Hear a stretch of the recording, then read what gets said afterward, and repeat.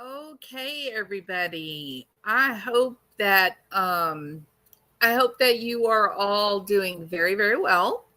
I had a great time last night meeting with everybody. It's been a long time since we've been able to do the whole, just community chit chat and discussing cases. And so I really, really enjoyed it. I said that I would be back today to finish this interview with Christopher Proudfoot and Katie Proudfoot on Smiley Stories World. This happening a few weeks after Sebastian went missing, and now 7 months since Sebastian disappeared. Hey, critters, how are you doing? Good to see you. Hi, Holly. Welcome. It's good to see you. Um, it, hindsight is 2020, right? Isn't that what they say? You look back into the past, you see things differently because now instead of experiencing it blind, now you've got 6-7 months of information, experience, knowledge that now informs what you were originally seeing. And so we went through the first half of this interview last night. I hope you'll go and watch it. We got kind of silly, kind of got a little snarky for a while, but all in all, the takeaway is Christopher Proudfoot has got a very strange focus for a man who has got a missing child in his family. At the time of this interview, he seems really caught up on extraneous details and seems completely unencumbered by his fear and worry of Sebastian. It is a bit disconcerting when you put this interview into context. The fact that Sebastian's only been gone a few weeks, they have no information, and he is more worried about people making money on this case, like talking about it on their YouTube channels. He is telling people, you have to promise any money you make talking about Sebastian or me or my wife, you have to give it to us. Right? It's strange. His frame of mind is so foreign, I think, because he demonstrates such a crazy level of control, a need to control others. I mean, his level of entitlement is actually fairly shocking, maybe even pathological, some people might say. He uses intimidation and fear, even on strangers, people who don't even know him. That's a special kind of abusive, right? So he's a pretty heavy-handed guy. He's got a weird point of view. We have many stories now of him mistreating children, physically mistreating children. And so I thought, let's just go back and listen to these earlier interviews when Sebastian first went missing. Now that we've been through 6 or 7 months of trauma, do people still react to him the way that we reacted in the beginning? And his mission that he has been on to rehabilitate his public reputation, his public persona. He had a realization that he may be dealing with a jury sometime in his future, and he needs to try to rehabilitate that and make himself more likable to the public. And so that's where we end up. That's where we start today, is we are just going back over old information and looking to see how successful has Christopher Proudfoot's venture to rehabilitate his public persona, has he been successful? if he does this, because he's there now, so you don't want him. And I don't know, I'm not going to talk to him on the phone or anything. I don't do that. But like, I just like what he does. But so I'm just asking because he'll hear this. Okay, so we already did that part. Interests and their unique ways of thinking and doing things. And so they somehow or another, we wind up starting a relationship. Like things just happen. I mean, it whatever. So we got married. Stuff like that, right? He likes to Dance. dance. Yeah, dance. I mean, now granted, that afternoon CPS shows up to the house while we're actually sitting down. This is where we start. Right? I really do. I'm not big. I'm not. I grew up. I was born and raised right there in Nashville. I have family right down from y'all. And I have a teacher over at Beach High School, and you know, it means a lot to me. This case right here, and it touches my heart for so many different reasons. And you know, it makes me want to cry right now. It does. You know, you have a beautiful son and a handsome son, a stepson, son, whatever you want to call it, Katie. And, you know, it breaks my heart. It does. I can't tell you. I'm nobody special. I just get on here and I know how to use my mouth, and I think outside the box, and I will keep his name and everything out. Well, if you don't mind me, so I don't know how to say this any other way, and please forgive me because it's going to sound fine. Say it. It's going to sound very jerkish, but I don't want softball questions. People wanted to ask me the hard questions. By golly, let's get these hard questions out.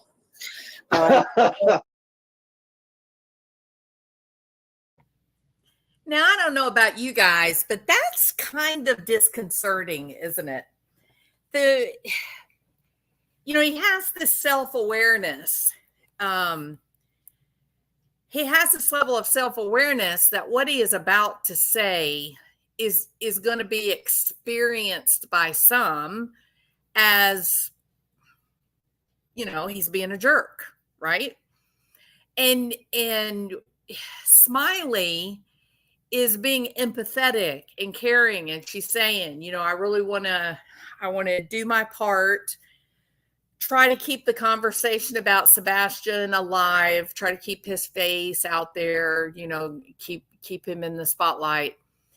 And Christopher's response is remember, Sebastian's only been gone a few weeks. Christopher's response is to say, shut up with your kind, compassionate, empathetic words. I want to have an argument. Give me the hard questions, you know, give me an opportunity to be an asshole. Like he's embracing that opportunity. He wants that. I mean, it is very reminiscent of a malignant narcissist, right? That's getting supply from the argument, the anger, the threat, the control of others. Yeah, it does kind of feel like that. And then the thing to me that is really disconcerting, and I 100% agree with Critters, listen to the laugh at it's so strange. He's such an aggressive, socially clumsy, inappropriate, off-putting jerk, but he seems to know that, and he laughs and likes it, and that is the part that's chilling, right? Say it. It's going to sound very jerkish, but I don't want softball questions. People wanted to ask me the hard questions. By golly, let's get these hard questions out. Sorry, but I just... Well,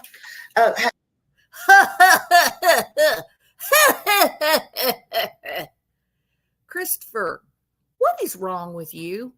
Like, how old are you? You act like you're somehow stuck as a 16-year-old boy who's, you know, trying to prove how tough and manly he is, but really you're just an insecure little boy. right?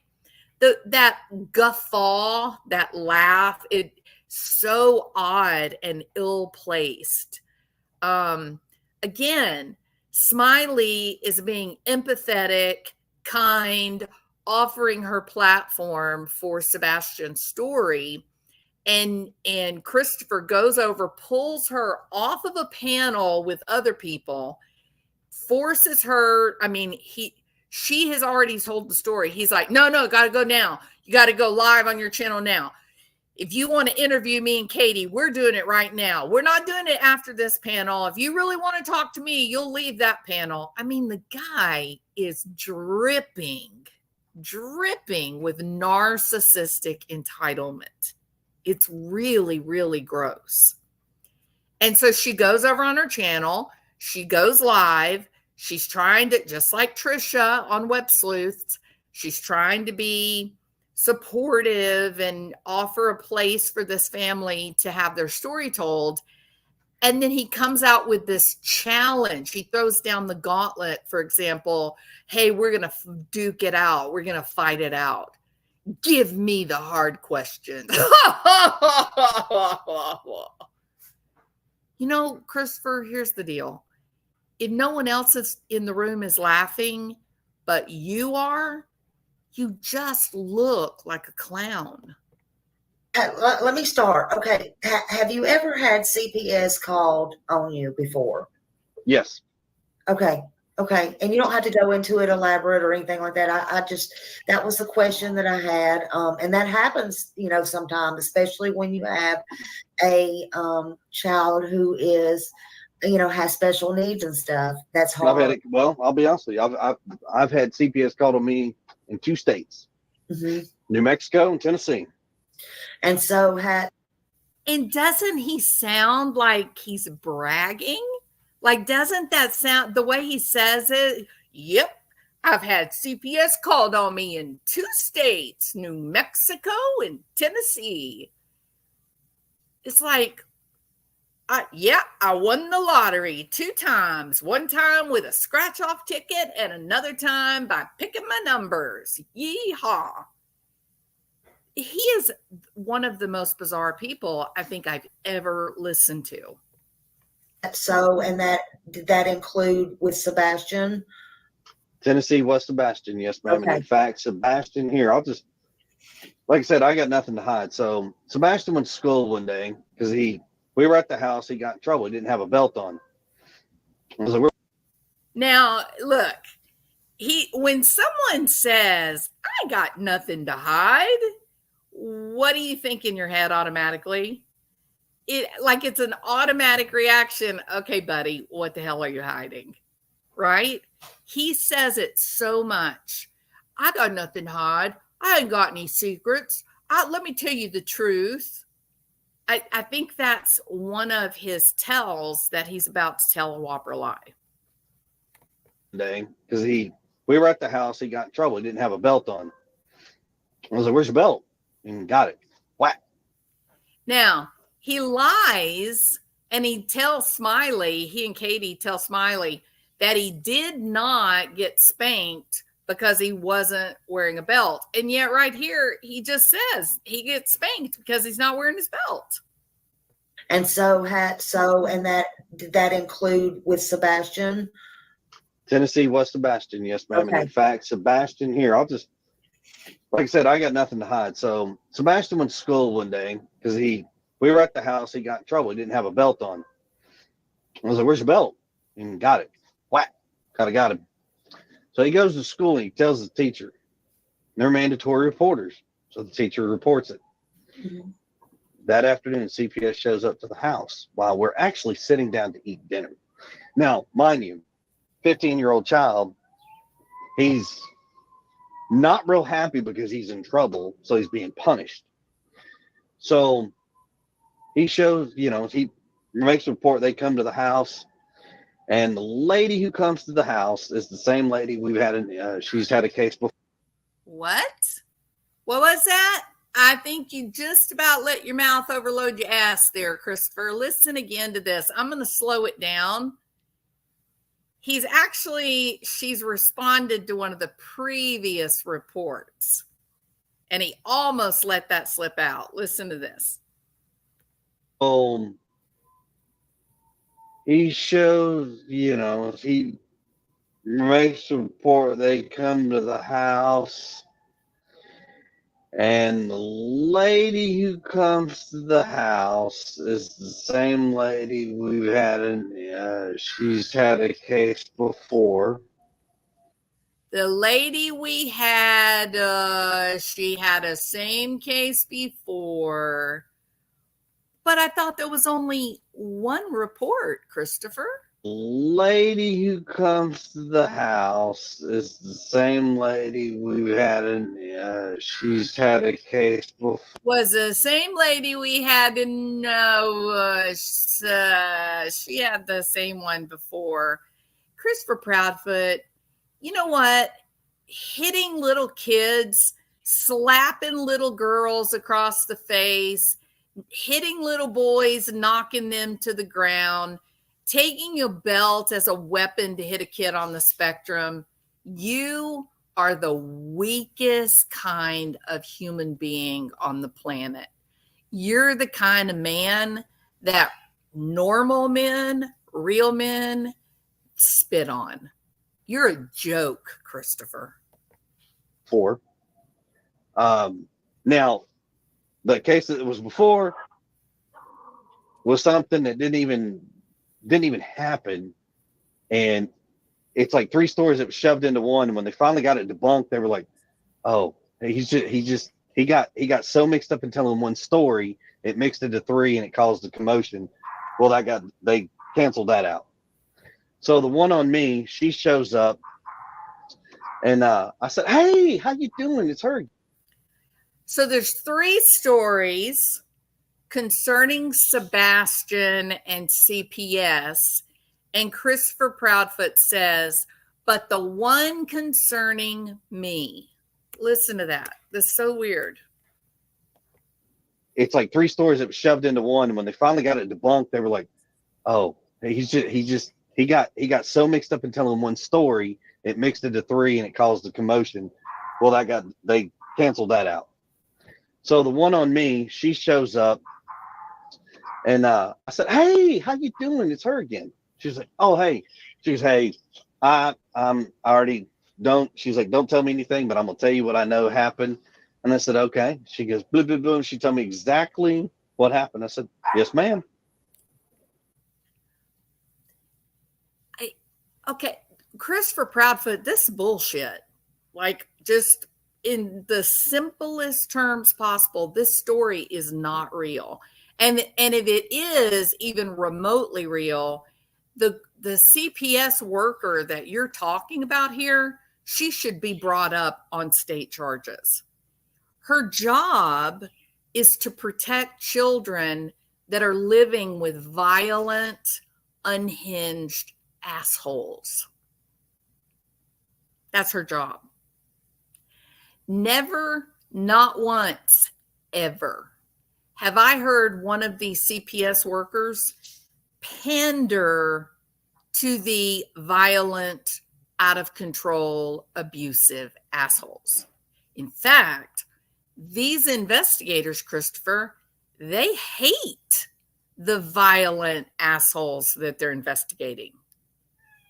They hate you guys because before they come to see you, they come to the hospital where there's little kids that are bandaged and receiving medication for pain, and they're receiving treatment for life-threatening injury because of people like you. They don't try to come to your house and be your friend, Christopher.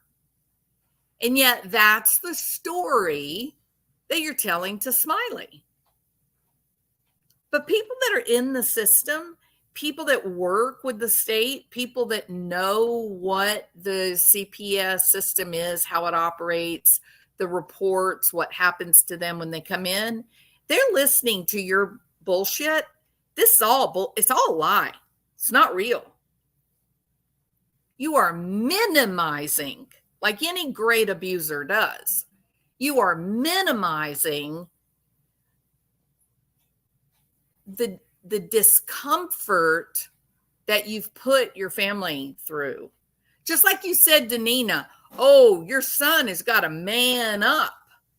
And she's laughing at you, saying he's 3. You idiot. He's a 3-year-old little boy. There's no manning up. Actually, Christopher, it seems like you're the only one that really needs to man up, buddy. You're the one that's walking around forever stuck, forever lost in the 80s, rocking that ridiculous mullet. She goes, oh my God. I said, yes, ma'am. This is how it's been. Sebastian thought by telling on me, making it sound like I was so horrible. Sebastian told on me. How dare he? Doesn't he know what a big, tough man I am? He told on me and made me sound like I'm so bad. Does this sound like any man that you know in your life? Or listening to Christopher Proudfoot tell this story, is it more like listening to a junior high age teenager? He's whiny. He's complaining. He's basically holding a special needs teenager responsible for his bad behavior. Sebastian told on me. He went and told on me, and then they made me look bad. They made me look like I'm so bad. You are, you creep. It is very difficult just to get one CPS case opened and investigated. You have a minimum of 2, and it does seem that there's been 4. So you seem to be the problem. Oh my God. I said, yes, ma'am. This is how it's been. Sebastian thought by telling on me, making it sound like I was so horrible. Oh, you cut out. You cut out just a minute.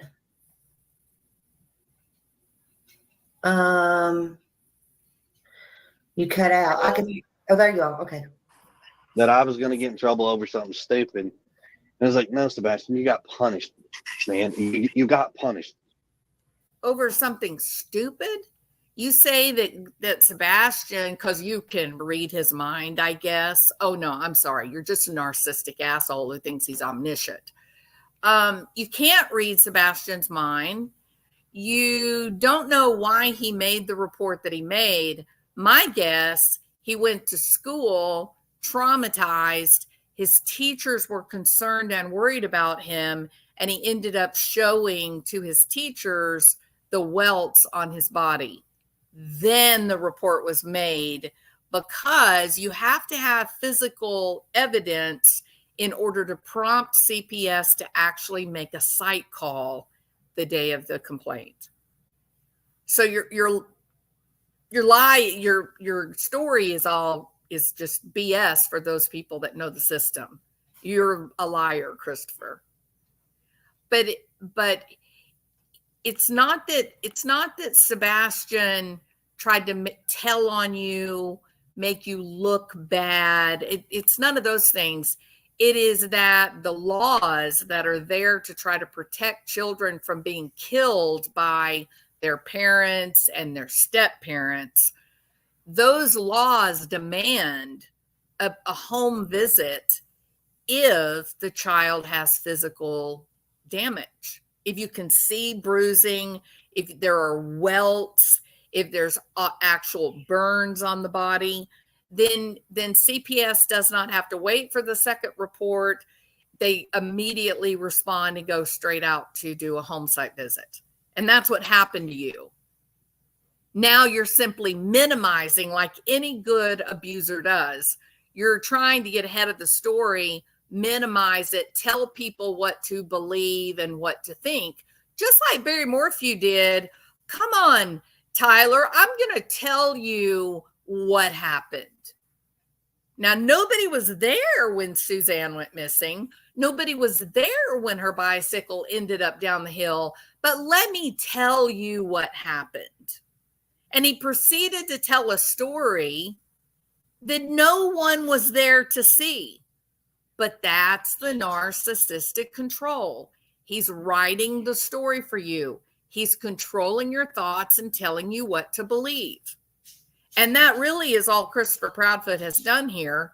Rewrote the story for the people on social media, probably with the belief or the awareness that law enforcement would also hear it. And so he tells a bullshit story.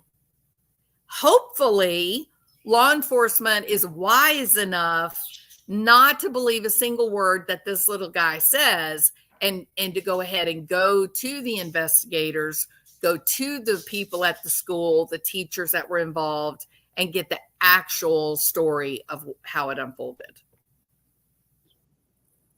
And he was like, but, and I was like, you got punished. And the lady took him outside. She goes, Sebastian, just because you get in trouble and you get punished. This is a lie. This is a lie from the pits of hell. For one thing, Chris Proudfoot, if the so-called CPS worker whose one sole job in the world is to protect kids from abusive assholes, you're saying she formed an alliance with you, the abuser, took Sebastian outside, and then basically proceeded to abuse him more by saying, you deserve what you got. Now be nice to your abuser, Christopher Proudfoot. That's what you're claiming, Chris. That's bullshit. Simply didn't happen. One of the ways I know it didn't happen is this. If she took him outside, then how the hell do you know what she said to him? Weren't you inside? You need to understand, when you go and you say things about people and you lie and you fabricate things and you make it sound worse than what it is, sir, you can get in trouble for that. So that happened, and the lady was like, I am so sorry. And I said, no, he's just. No child, hear me, no child, none, no child will ever get in trouble for making an outcry. Period. The child makes an allegation of being harmed, CPS will respond, and if there is evidence on that child's body, they are required by law to do a home visit that day. And that is why he goes to school. There's a report made, and they show up there at Christopher Proudfoot's house at dinner. No matter what he says, no matter how he tries to normalize it, it's all bullshit. Just a child. He's upset. It is what it is. I'm okay with it. Mm-hmm. You know, he sat that back down at the dinner table and was like, see? Now, this worries me. To me, this sounds ominous, that he tells the CPS worker, it's okay. He's just a child. I'm good with it. Do you guys think Christopher Proudfoot is chill and okay with Sebastian making an outcry of violence against him? Does Christopher Proudfoot really strike you as a reasonable kind of guy like that? Because he doesn't affect you. You hit a 3-year-old baby.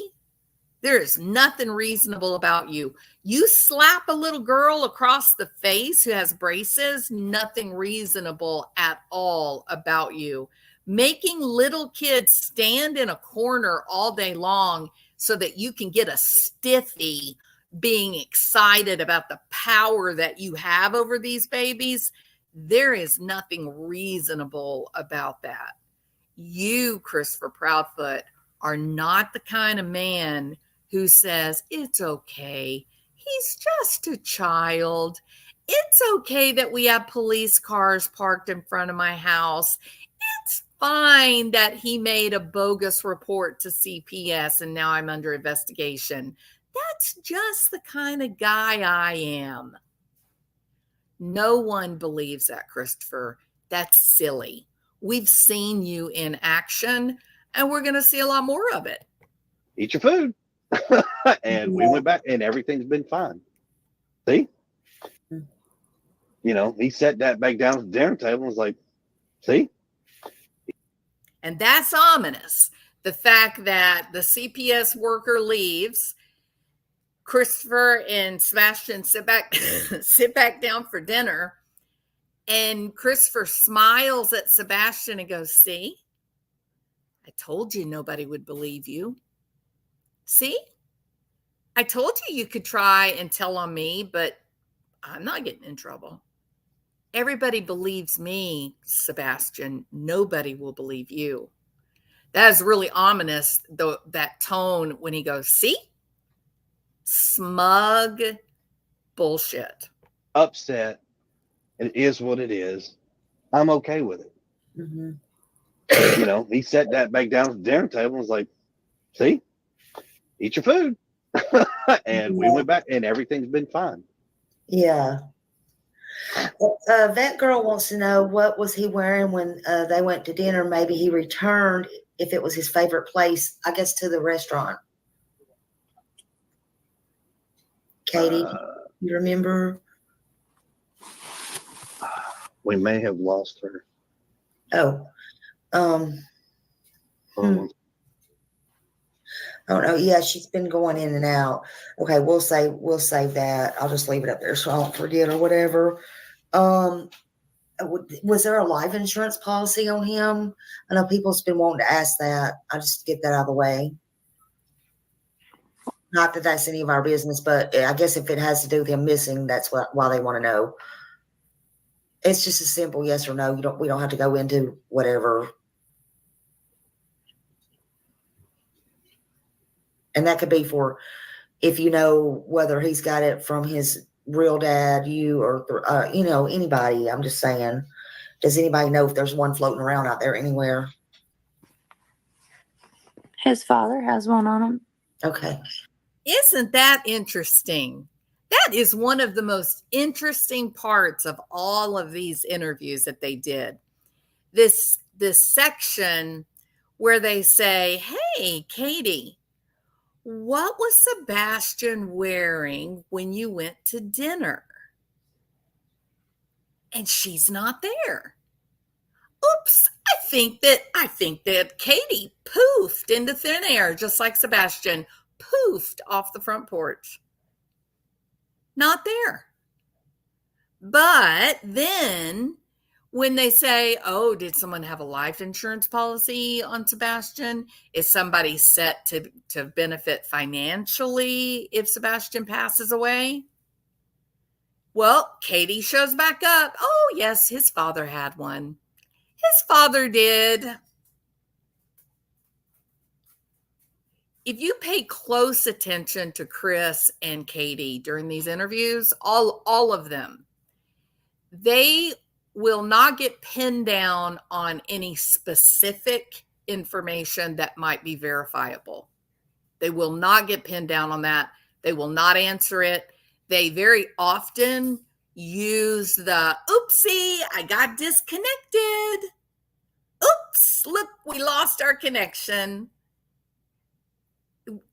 These two, they are the most manipulative people I think I've seen since my time on True Crime YouTube. Their ability to lie without worry, to just pretend that they didn't hear the question. Oh, I got disconnected. It's shocking. And if they'll do it in front of thousands of people on YouTube, of course they're doing it to law enforcement. That's good enough. Now, oh, Chris just dropped off again. Let me see if I can put this back in here. Sorry. And he may be back too. Let's see. Paste. I'm sorry, I have to do it like this. Y'all, for clarification, no, I did not allow him to beat my son with a belt. He did not beat my son with a belt. Well, you know what, Katie? You can describe it with whatever adverb you want to use or not, but the reality is that you've got a kid with special needs and he is being hit with a weapon. A tool is being used to inflict pain on your special needs child. So if you want to take the virtuous high road and say, oh, I did not allow my special needs child to get beaten, what you did do is let this asshole jerk of a husband use a weapon to strike your kid. You did do that. So you can play these games if you want to, but facts are facts. And he's already admitted to doing it. So I don't know why you suddenly become, virtuous and say, I did not allow that. I did not.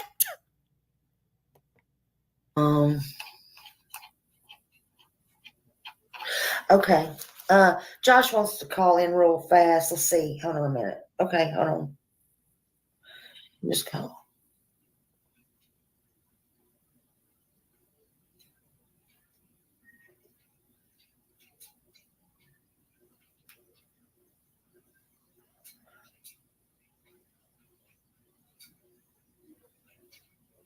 Okay.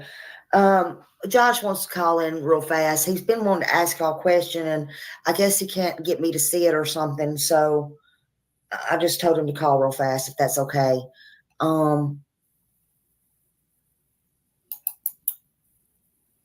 He texts me, and I just happen to see it, if that's okay. And nobody take this. I'm trying to get this link back out. So Chris, what kind of stuff? Oh no, he's done.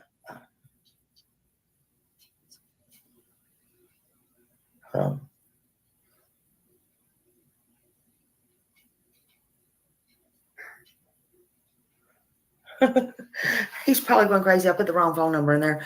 Anyway, oh, there he is. Oh, there he is. He's like, he's going to come up here just a second. Josh, sorry, I put the wrong phone. I put the wrong number in there. Can you hear me? I can. Yeah, I put the wrong number in there. So okay, is Chris? I want to take a minute and address Bella.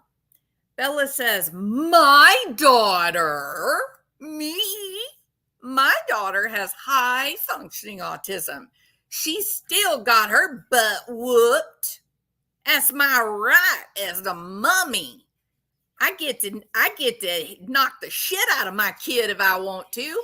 I grew her in my belly. I gave birth to her. If I want to hit her, I can hit her, damn it. Right? It's your right as a parent to hit your kid. Okay, so I'm sorry that your child has to live with you. I mean, I'm sorry that that's her reality and that's what she's exposed to. But here's something that always kind of stood out to me, Bella. My thought was always, I'm older, I'm smarter, I have more wisdom than my child, probably have more money than my child. I definitely have more life experiences than my child. So why am I reduced to striking a little kid when my kid makes me mad? Like, don't you think if you are smart, don't you think you know how to manage a child in a way that doesn't require violence? No parent, simply not reality, that a child gets hit because a parent is being thoughtful and teaching the child something, a lesson of some sort. Nope. Parents hit because they've gotten overwhelmed and frustrated. That's why parents hit. So it just makes you look short-sighted and out of touch to kind of stand like with authority to say, that is my child and I have a right to strike her with a weapon if I want to.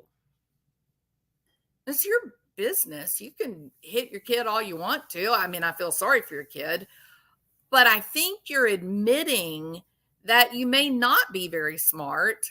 You may not have wisdom if you're standing around as an adult losing control of your emotions because of some little kid. You're the one showing how you are, right? Oh, listen, I sound insane. I'm sorry, Bella. I'm not the one running around beating on my children. You know what I mean?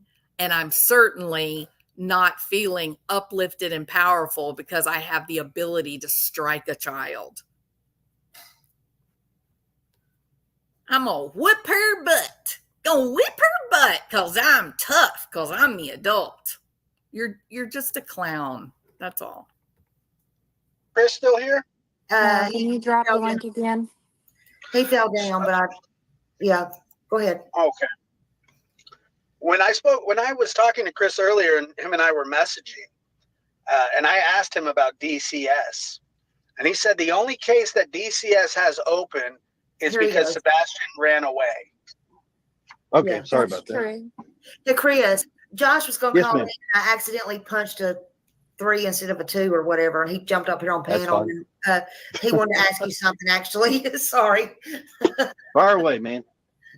Well, so you and I we had messaged earlier on Facebook, and I had asked you about DCS, and you said that there were no other interactions with CPS or DCS except for Sebastian going missing, which I then told you, but that's not mandatory necessarily unless CPS was already involved. So Now, you're hold not on. really being honest. Wait a minute. You asked me, because I'll read the messages to everybody in God and Country. You asked me if there was an active CPS case on Sebastian. That's what you asked. And I told you, yes, there was, because the sheriff's department told us that they had to report it because he was missing. That's what you asked. Now, you also started to ask if there was another case, and there was no other case that I know of that's active. That's what you asked.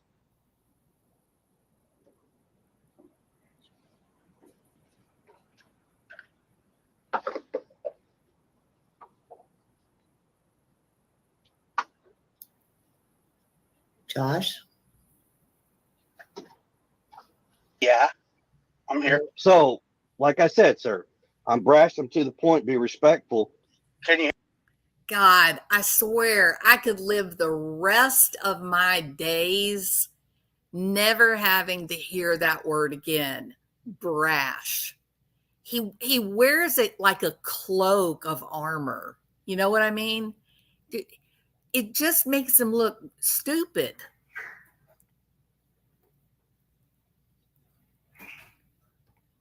And I will tell you, and I'll be honest, and I'm going to tell you the truth. I got nothing to hide.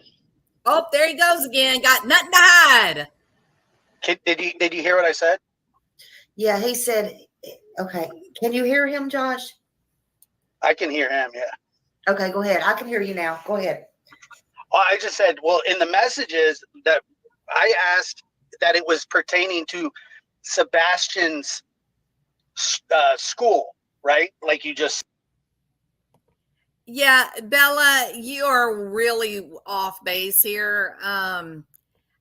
Okay, so Bella says, I'm sorry, your generation. I know y'all control your laughter. I can hear all of you falling off your chair, rolling around on the floor laughing. Let's just ride this one out, see where it takes us, okay? Bella says, I'm sorry your generation doesn't believe in discipline.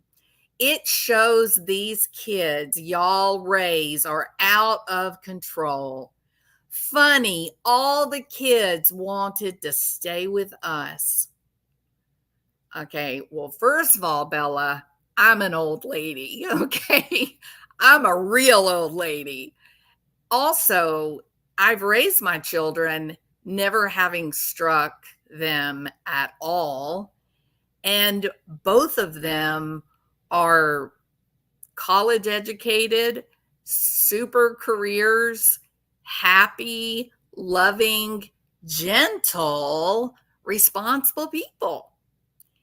And part of the job that I do, Bella, is I get to go into the hospital and do evaluations on little kids that are black and blue, that have burn blisters on them, that have broken bones, because mommy had a right to whip their ass.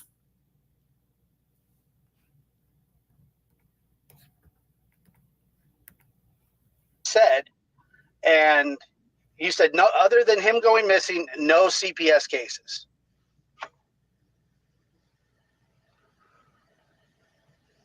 I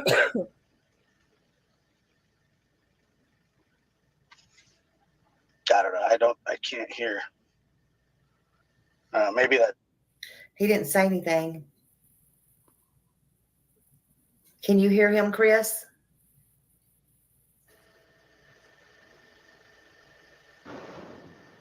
Can you hear Hello? him? Yeah, Okay. I can now. I can now. Okay. Sorry. So you didn't ask, you asked about active cases. That's what you asked about. And I answered your question. You did. You answered my question. Hello? Hello? He said you answered his question. I can hear you. Can you hear him, Josh? Okay. Yeah, I can't hear him. Okay. Can y'all So- now? I think So he said he's asked me, and I can't pull it up because if I pull it up, then we lose contact. But he asked me if there was active DCH, CPS, whatever you want to call it, case with Sebastian. And I said, yes, he's missing. I was told by the sheriff's department that they had to report it. So yes, there's an active case. Is there anything other than that? No, there's not an active case. So my statement that I told you is true. Okay, fair enough. Now, Christopher Proudfoot is equivocating, right? He's playing games of semantics, which is common for people that feel like they're smarter than the person that they're talking to. And so he holds Josh to the very definition of each word that he may have used when asking the question. The problem for Christopher Proudfoot now, 6 months later, at the time that this interview happened, which, Sebastian had only been missing a few weeks, at this point now, 6 months later, Seth Rogers has received the official documentation from CPS, from the sheriff's department, 911 calls to the address of Christopher Proudfoot.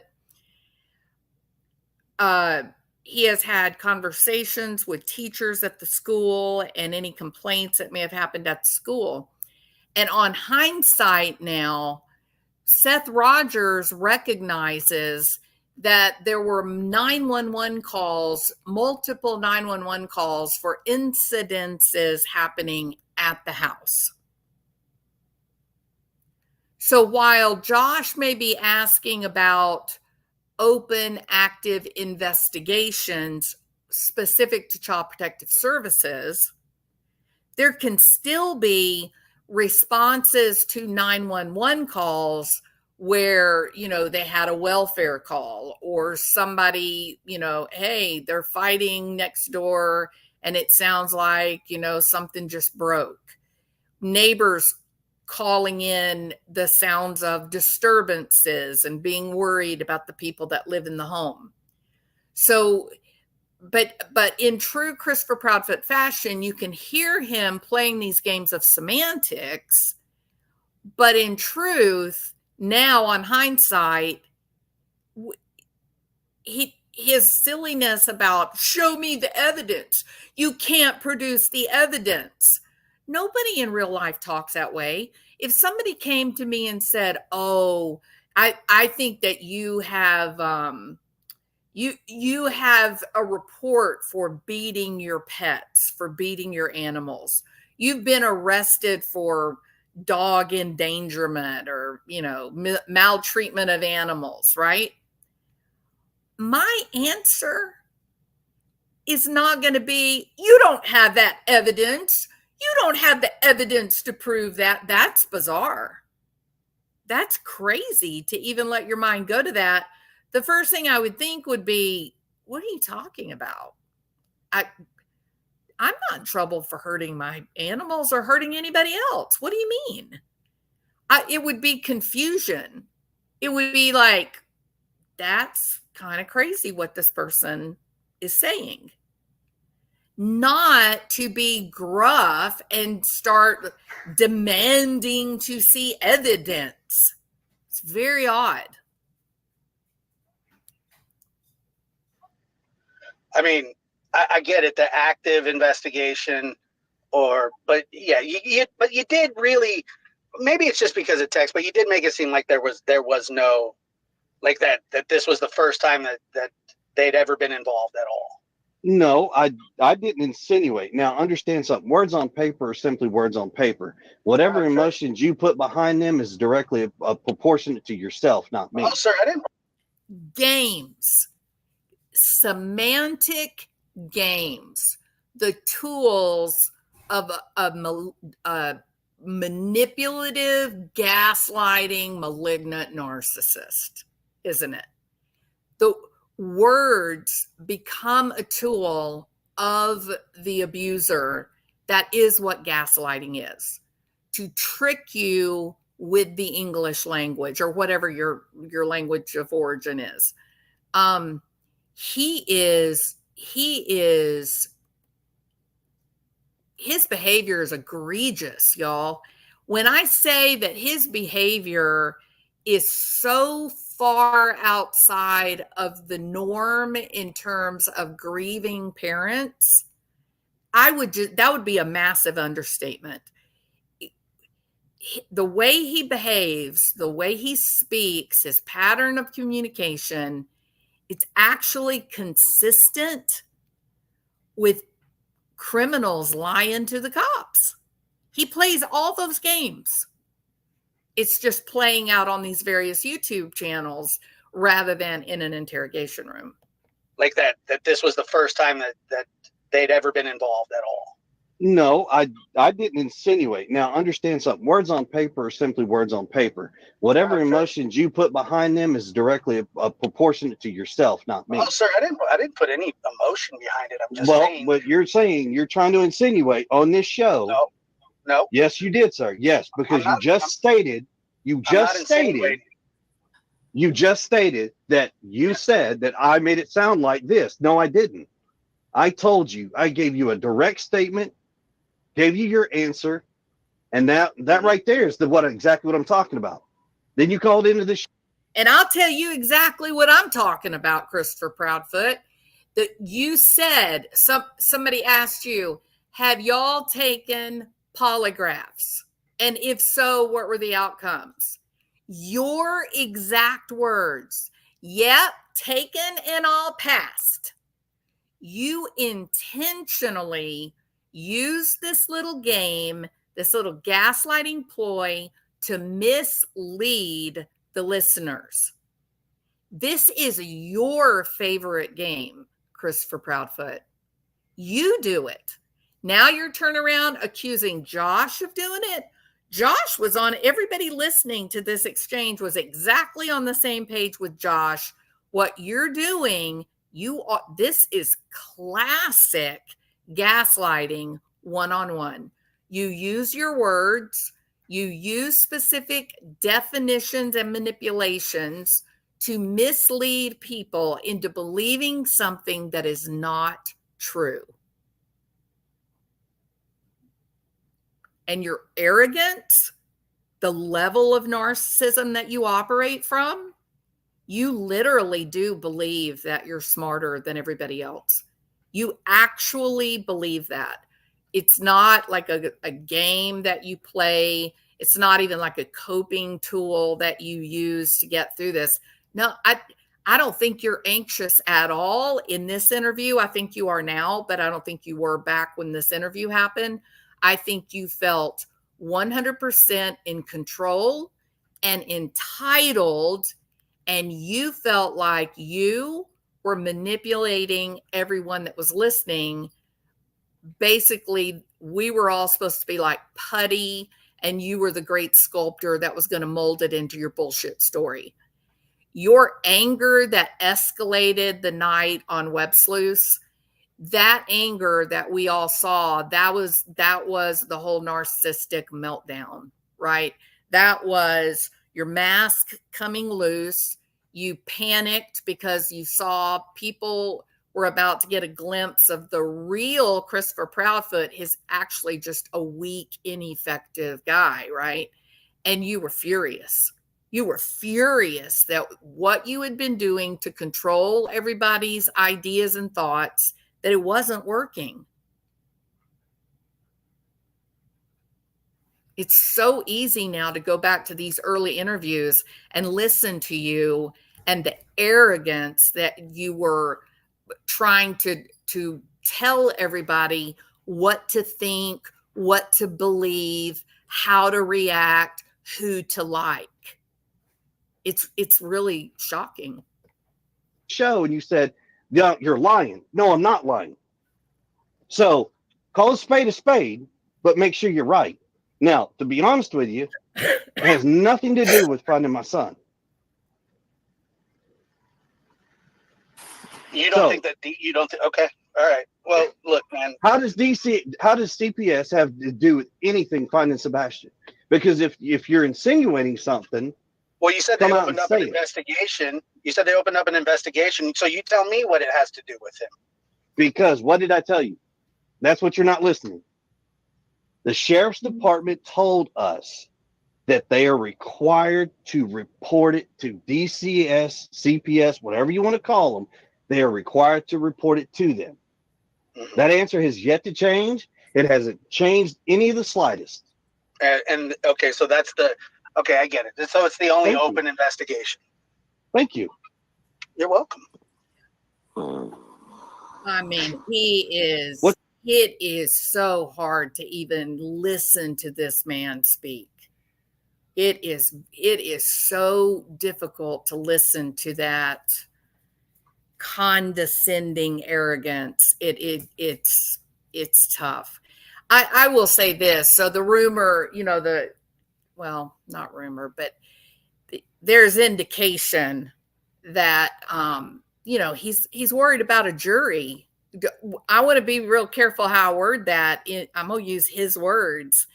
He's concerned about a jury in his future, right? Whatever that means. I'm not adding anything new to that, just repeating the words. He's concerned about a jury in his future, hence the reputation rehabilitation, right? He and Katie had to pull back, go on friendly channels, present himself as a more relaxed, rational person than what we saw at the beginning, where he was, lashing out at anyone and everyone, with fully entitled. I think he knows now, for the first time maybe in his whole life, I think he knows that if there is a jury in his life, in his future, he's not going to do very well. People don't like this guy. All you got to do is listen to him talk, and you find yourself rolling your eyes or just, oh my God, did he really say that? How obnoxious. And then the most important thing, not just your visceral kind of reaction in terms of personality compatibility, the more important than that is he just lies. He manipulates words so that he can not give a truthful answer, right? If there's an answer that would be inconvenient for him, then he plays these games of semantics to wiggle away from that culpability. And again, it's his high level of narcissism that makes him believe that he's effective doing that. He really is quite limited in terms of personal insight. He just doesn't seem to recognize that you and I are not believing him. Like when he does this, when he plays these games, we just roll our eyes and we just like, wow, he is amazing that he just lies and doesn't seem to care that we all know that he's telling a lie. It's pretty amazing. What's the next hard one we got? Fire away. Oh, I'm not arguing. Oh, it's not funny. Oh my God. I don't know. I am a pacifist. Okay. But by nature, I'm a pretty chill person. I don't like a lot of, drama. When this guy talks, I swear, I don't know if I'd be able to control my foot. I think if I was standing there and he said, oh, fire away, give me the hard questions, I think that my knee would just spasm and bam, I think I'd kick him in the shin. And then I'd be like, oh my God, I'm so sorry. I had a little bit of a seizure problem there. He is tough. I can't take him. I just can't. Okay, I get it. So it's the only Thank you. open investigation. Thank you. You're welcome. What's the next hard one we got? Fire away. I'm Okay. not arguing. Okay. So I was just I- wondering, like, if Katie, let me ask you this, or anybody can answer. So, like, if y'all were at home alone, like, because Chris works out of town a lot, and this is, I just wonder, like, would Sebastian know what to do if there was a house fire? Like, if it was just you and him, does he know how to handle all that kind of emergency stuff? We have gone over it with him several times, talked about like what to do in case of an emergency, calling 911, run into a neighbor's house to ask for help, known friendly neighbors, how to get out, if a door is blocked and that type of thing. So yes, he should, assuming that he, is able to think in a, I agree, Josh. He again, these were his silly little games that he was playing. And he uses those semantics to wiggle out of telling, giving a truthful answer. He knew 100% what you meant. Everybody listening knew exactly the question that you were answering. And he wiggled out of it. And now 7 months later or 6 months later, now we do know there were domestic violence calls. There were those 911 calls. Sebastian was living in a very chaotic and frightening environment. And he was trying, he knew what you were getting at. He knew what the question was. And he was using his idea, I'm so much smarter than Josh or anybody else here. Let me play mind games, play word games where I don't exactly lie, but maybe I skirt the truth in a way using different definitions or, everybody knew what the question was. Everybody understood it. And the fact now we do know that there was violence in the home, that makes the way he responded to your question, that makes it even more worrisome. sorry, I'm losing my word, like in a panic, like if there's an emergency happening. But yes, we have safety plans that we've gone over as far as like getting out of the house in case of fire and how to get a hold of someone in an emergency. Okay. So if there was an emergency, would he run out of the house like that barefoot? Or would he throw on his slippers, do you think, because they're by the front door? Honestly, it could go either way. I know his dad said that he hasn't seen him go outside without shoes on since he was 2. But I, however, have had a different experience with Sebastian where he does go outside without his shoes on. There's been several times where he takes the trash out in his socks, and I'm like, dude, you got to put shoes on. Yeah. Yeah. But I would say honestly, it would just depend, I think, on the situation. Yeah. So you have a padlock. Is that what you said earlier, that you have a padlock on the, like, I forget what they're called, but where you put the code in, a code lock? Yeah, not a padlock. I meant, I didn't mean a padlock. I'm sorry. The code where you put the code in. Yeah, yeah. Mm-hmm. Yeah. So would he turn around if he left and actually put that?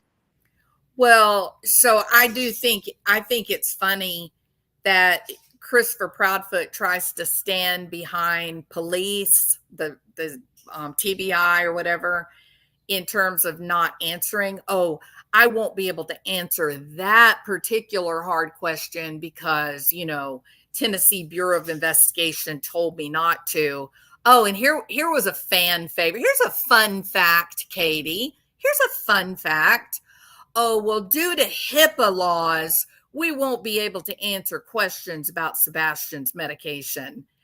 I'm embarrassed to say this, but not really. I literally spit Diet Coke out from laughing. Like when he said that, I was taking a drink of my Diet Coke and he said, well, due to HIPAA laws, we won't be commenting on his medication. And I just lost it. I just said, this man is incorrigible. It's a lot like Barry Morphew blaming Suzanne's disappearance on God. That God caused her to go missing, don't you know? Because she had an affair. And God was mad that she violated, her betrothed. It's just so ridiculous. And I see Christopher Proudfoot in the same class of person as Barry Morphew. Yeah. Maybe I'll rename my birds. I have Barry behind bars, and then the other bird we can name it, Chrissy Wissy. Yeah, the HIPAA violation. It was so classic. So classic. God, Christopher Proudfoot, you are a dunce, buddy. Sorry, but you are. That code in? Do you have to put the code in to lock it back? Yeah, he locks the door behind himself every time he goes out it. Okay. All right.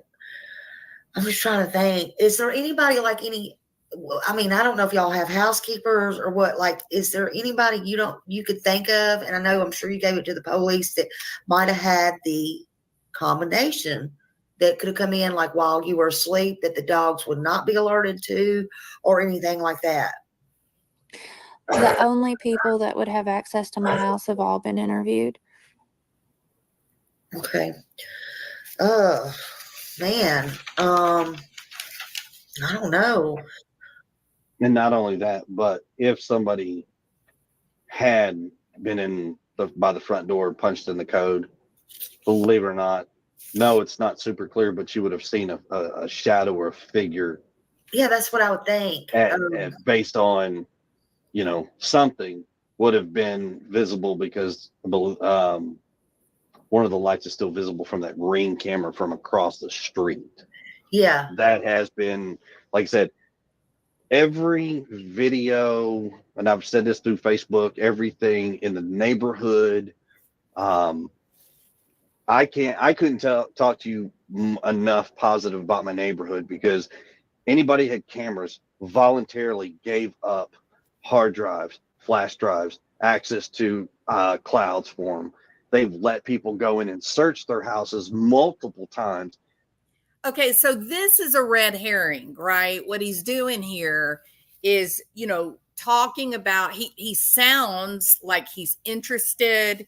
He sounds like he's cooperative with the police.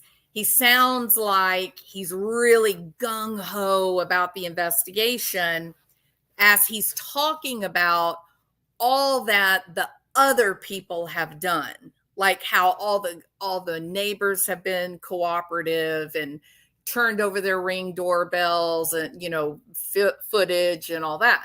So he's, again, same game. He's playing a role where he's showing excitement for the investigation and engagement for the investigation, but does it have substance, right? Does it matter? What he's saying, does it really matter when you've actually got a guy who literally told people not to talk about the disappearance of Sebastian Rogers? In the first few weeks of him going missing, when you would do a Sebastian Rogers video and put it up, you would get ugly, hateful messages saying, you can't talk about this. You can't monetize this. It's not your right. You don't have permission to use Sebastian's name. It was bizarre. Bizarre. And I took time, a couple of those messages, I took time to respond and say, look, I don't know who you are. I mean, we know who it was. But I said, I don't know who you are, but let me explain why you do, in fact, want Sebastian to be covered by all of these YouTube channels.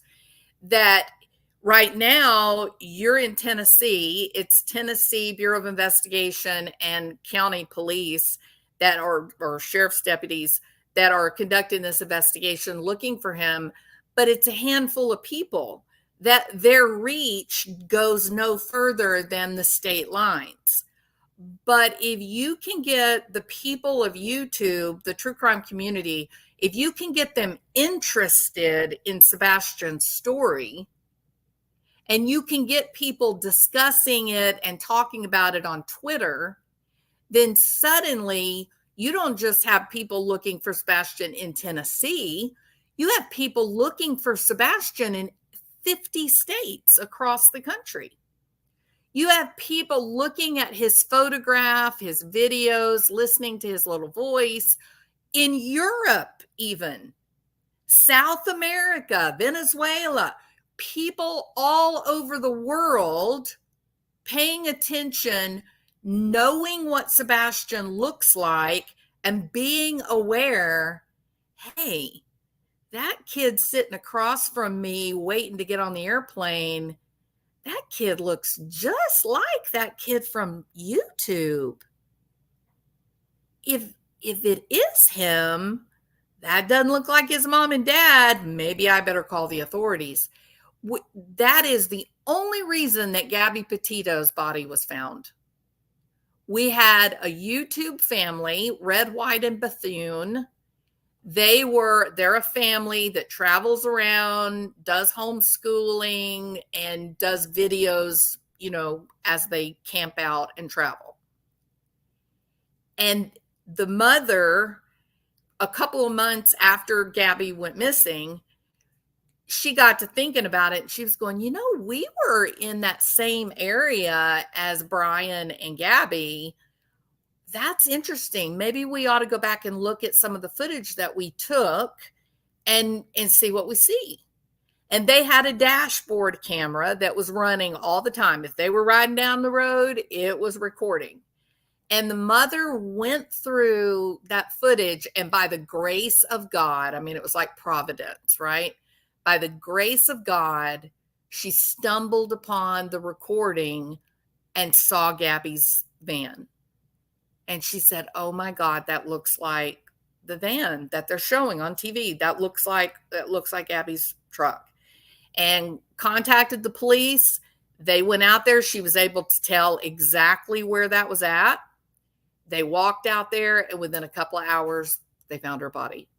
That is the power of the YouTube true crime community. And that's not the only one. That's not the only case that was solved directly from involvement by our community. Okay. And so I made this observation. I took the time to explain in this long comment, this is why you actually do want us talking about Sebastian. You do want his photo out there. You do want his story out there. You do want these YouTube creators discussing this, because instead of a few investigators in Tennessee, you have investigators in every state in the nation and every country in the world. If Sebastian is alive, if he's around, someone's going to see him and you will have him back.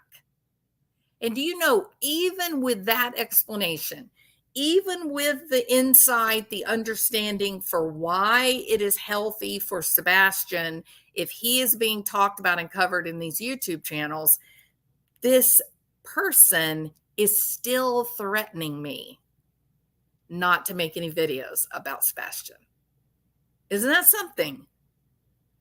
So while Christopher is using this red herring here and talking about how great the neighborhood is and how open and willing they were to allow their houses to be searched, even though we now know there was a police officer, friend of Christopher Proudfoot's, who did not have his house searched.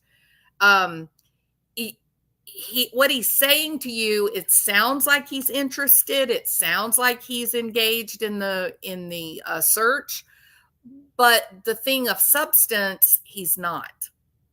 I mean, all the video that's being turned over by other people, that had nothing to do with Christopher or Katie Proudfoot. Nothing. That was the local citizens worried about Sebastian, saying, of course, take all my footage. Look all you want. Look at my backyard. Look at my house, my attic, whatever you want. I don't care. I just want the kid found. It didn't have anything to do with Christopher Proudfoot being a, team player. And yet that's how he's describing it right here.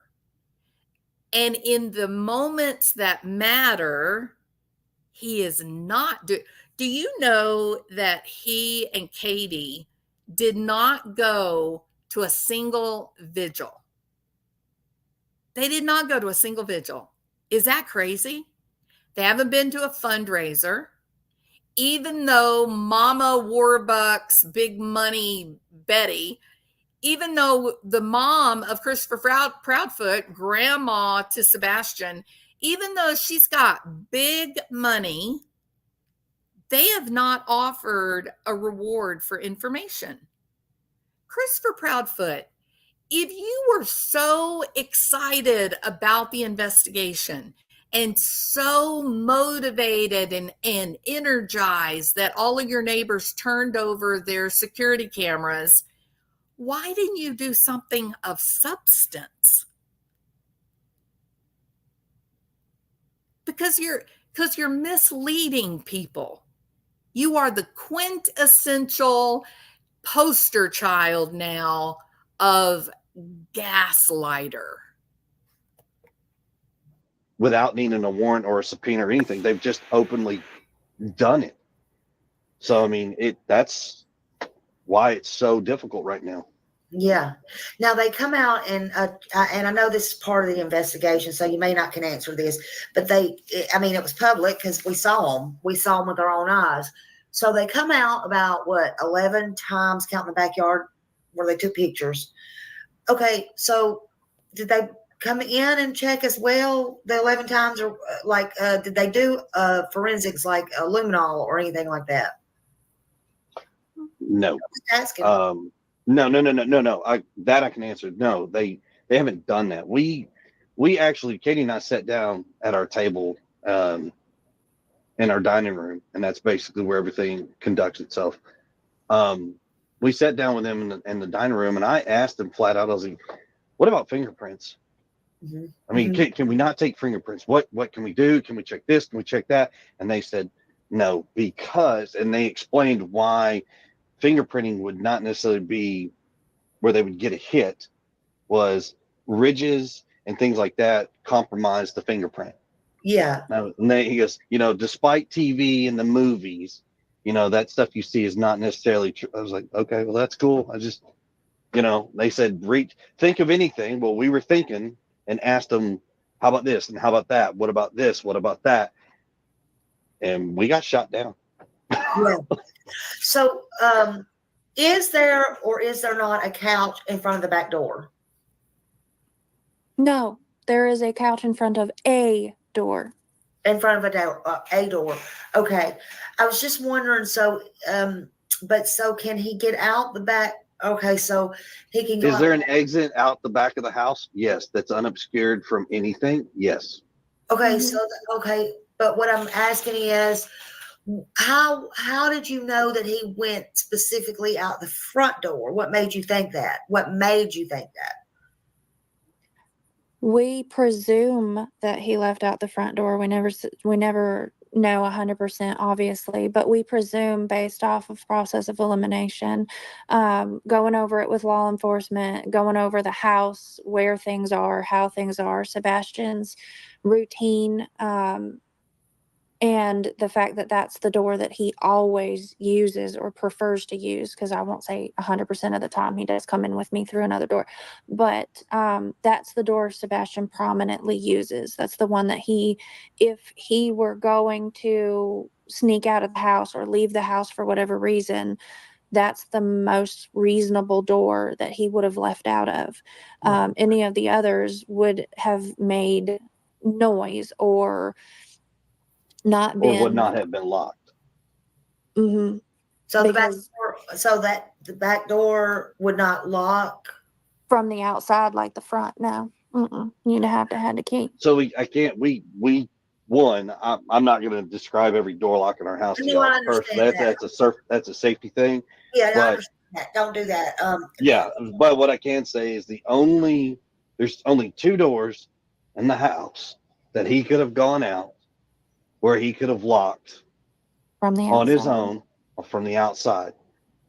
And the one he wouldn't have gone out because of how much noise it makes. Yeah. Everybody would have, and plus it would have been seen on camera. Let's put it that way. Okay. Okay. I mean, it would have been seen on camera. So by suspicion or reasonable elimination of all these doors, it's front door. Okay. And there was no windows unlocked or anything like that y'all can tell or could tell. I'm sure they looked at all that. Yeah, with Yes, the yeah. screens intact and things like that. Mm-hmm. Yeah, none of. Okay, now see, this is interesting to me, right? The laugh is completely inappropriate. I think he does that, Josh. I think that's his way of kind of sending this message. This is so normal, nothing to see here, no funny business happening, right? I think the laugh that he uses is designed to put people at ease. Now, it doesn't put me at ease. When he laughs, my red flags go up and I go, okay, wait a minute, what did he just say? Because clearly he's trying to mislead here, right? So the laugh, I think in this particular instance, I think it's the part of the duping delight. I think he's having a really good time misleading people, feeling like he's smarter than everybody else. I think he's getting narcissistic supply from this delusional belief that people are actually believing his story, right? He's so eat up with it, he doesn't recognize that, no, actually, Christopher, nobody is believing you. Like you, and the cops don't believe him. I promise you, they don't believe his story.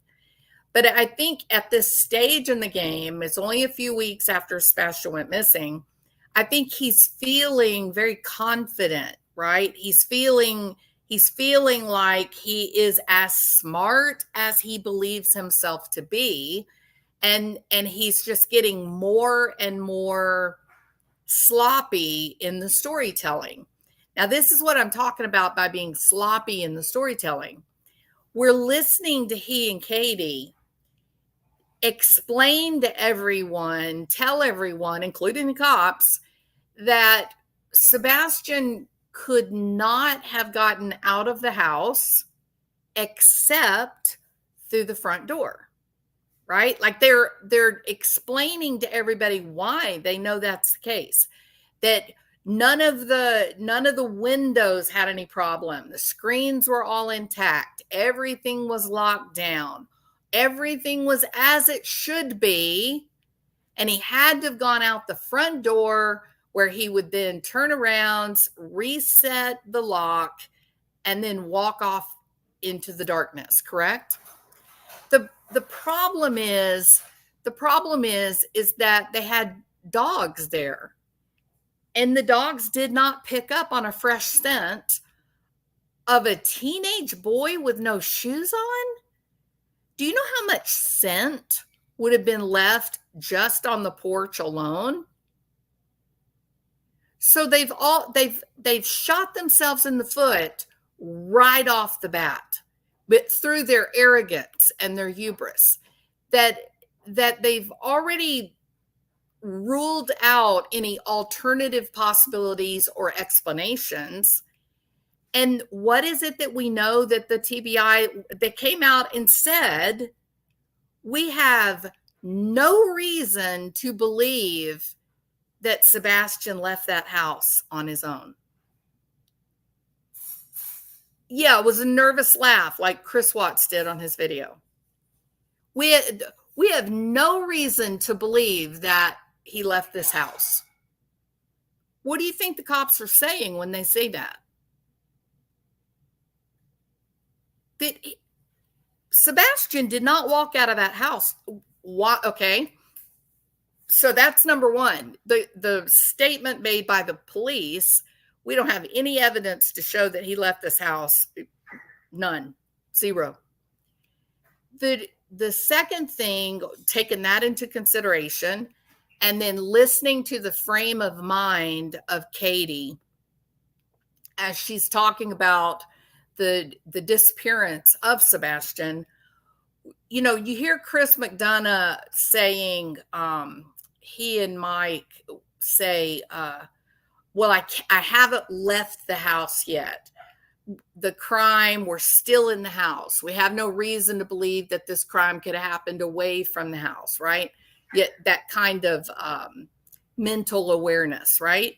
And I think if you take that construct and you apply it to Katie, listen to her explanation, her lamentations as she talks about Sebastian leaving the house. What is it that she says? That we're talking about theory of mind. We're talking about her awareness, her consciousness, where her limitations are, right? In her memory. What is it she says over and over and over? I don't know why he walked out of that door. I don't know what made him leave the house. Why did he get up and walk out that door? She never, ever, ever, ever, ever, in all the interviews done, not once ever does she ask the question, is someone taking care of him? I mean, she doesn't even do the panic. Where is my child? Every single time she stops at the door. We weren't fighting. We weren't arguing. He wasn't even in trouble. All of these are things that happened in the house. I just don't know what made him walk through that door. But she never gets him out of the door. She never goes any further. She never says to herself, what direction did he go? When he walked out, didn't he realize that he didn't have his shoes on? Is he cold? Did someone meet him? Did a bad person pick him up? Did a kind person pick him up and they're protecting him? Did he go to a friend's house? She never moves. Her theory of mind never leaves that front door. Never, not once. Now, Christopher Proudfoot went a little bit further than Katie. Christopher says that Sebastian stepped out on the front porch, and then what does he say? Poof! He disappeared. Poof. That's it. Just poof. It's not natural for a parent with a child that's gone missing. I mean, you think about it. Even like if you drop your kid off at the mall, right? Just a normal, regular thing to do. Drop your kid off the mall. You say, I'll be back at 3:00. You better be out here waiting on me, right? You pull up, you don't see your kid. And you're like, damn it, they're late. This is I told that kid, be here on time. So then you send messages. Hey, it's 3:00, buddy. You're supposed to be waiting on me. Come on, let's go. I'm out here waiting on you. And your child doesn't respond. And so you sit there for a few minutes and your anger, your irritation now changes to concern. Maybe you send a couple more messages. You're going to be grounded. You better come on. Still no answer. What do you do? What do you do as a human being? Do you go, oh, well, let me call the cops. Poof, my child just poofed into thin air. Supposed to meet me out here on the curb. And I think my child was standing here at the curb and just poof into thin air. That is exactly not what you're going to do.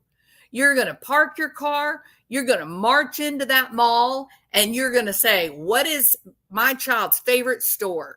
And you're going to head straight to that favorite store. And if you don't see your kid in the favorite store, you might even ask the person working there, hey, did you see this kid? Did they come in the store? No, sorry, I didn't see that child. Then you go, well, what in the world's going on? Maybe they went down and got a Starbucks. So you walk down to the food court. You look around the food court. Maybe they're with friends eating. You look around. You don't see them anywhere. Then at some point, it's no longer about what's his favorite store, what's his favorite food, where do his friends hang out. Then it just becomes a general scanning the environment. You go into every store, you look at every face that passes you by. Now you're really in a panic. Now you look at any place, whether it would be expected or not. Because the reason you do these things is because in your mind, your brain is generating potential solutions, correct? Generating potential solutions. What would my child be experiencing right now? Okay, maybe they didn't show up on time because they were with friends and just lost track of time. My child was just having fun. Or maybe my child didn't show up on time because they're sick in the bathroom. Maybe my child's, vomiting and doesn't feel well. Or maybe my child is, trying to stand in line to make a purchase. But the point is that your brain doesn't just stop at poof. Oh, my child's supposed to be right here on the curb. She's not on the curb. Therefore, she just poofed into thin air. That is not the way our brains work. It is not how they work. Your brain, your imagination will begin to run through various scenarios trying to find a solution to the problem that you're confronted with. And Katie and Chris never do. I don't know why he left. I don't know why. What made him walk through that door? She never gets Sebastian outside the door. Never, not once. She never once considers, Who's got him? Is he in a car with someone? Is he in the woods? Has he fallen and harmed himself? Does a bad person have him? Does a good person have him? Is he with friends? She never gets to that point. And I challenge you, you find anybody that's had a child go missing, and they will tell you that their brains were going 90 miles an hour generating potential explanations for why their kid is not on that curb. Think about that. So the story that Christopher and Katie Proudfoot have told, they're telling you he did not walk out that door. Their brains are not generating these potential stories because they know where he was. There's no reason for their brain to do that. She knows he didn't go through that door. And the way she pulled back on, oh, well, there is a door, he will go in and out with me. She pulled back on that real quick because she was about to talk about the garage door, which I think is exactly how Sebastian left, was through the garage door. All right. Nothing exterior of the building of our house has been altered. Yeah. I mean, and that's why it was like, oh, not only that, but for him to go out the window, so to speak, he would have landed in the flower bed and, you know, barefooted. Yeah, we'd have heard something because he had landed on it and screamed. Yeah. Yeah. Yeah. Problem. Now, you know, Christopher the Almighty, he'll have an answer, a smart ass answer. But for those of us that are just realistic, it's a real problem what he just said. Listen to what he said. For him to go out the window, so to speak, he would have landed in the flower bed and, you know, barefooted. Yeah, we'd have heard something because he had landed on it and screamed. Yeah. And he's laughing again. He's laughing again. And he says, we would have heard something. We would have heard him scream when his bare feet hit the ground. And yet, when Seth shows up and says, well, there's all of his shoes, like, was he even wearing any shoes? Then they have to say, oh, okay, well, you know, he's barefoot. But Christopher himself is sitting there right there telling you he wouldn't be out there barefoot. But don't overlook, we would have heard something. He would have screamed. We would have heard that.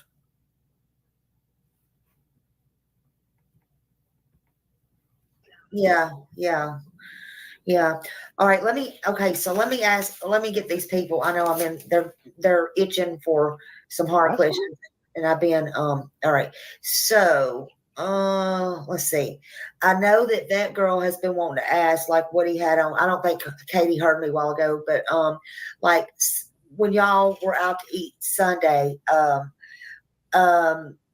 like what he had on, that day, like when he went out to eat. His Let's go ahead. his tennis shoes, jeans, and a black t-shirt with Grogu on the front. Okay. And and then he changed before he went to bed into the black sweatpants with the white stripes down the side and a long sleeve black shirt. Okay. And that, I think, was originally listed on the missing poster as a sweatshirt, and everybody mistaken it for a hoodie. And even Seth said himself that we both were trying to get that corrected because when they said sweatshirt, everybody assumed it meant hoodie, not long sleeve black shirt. Mhm. and I, because and I'll have to say, because it did not have stripes on it, it was black sweatpants.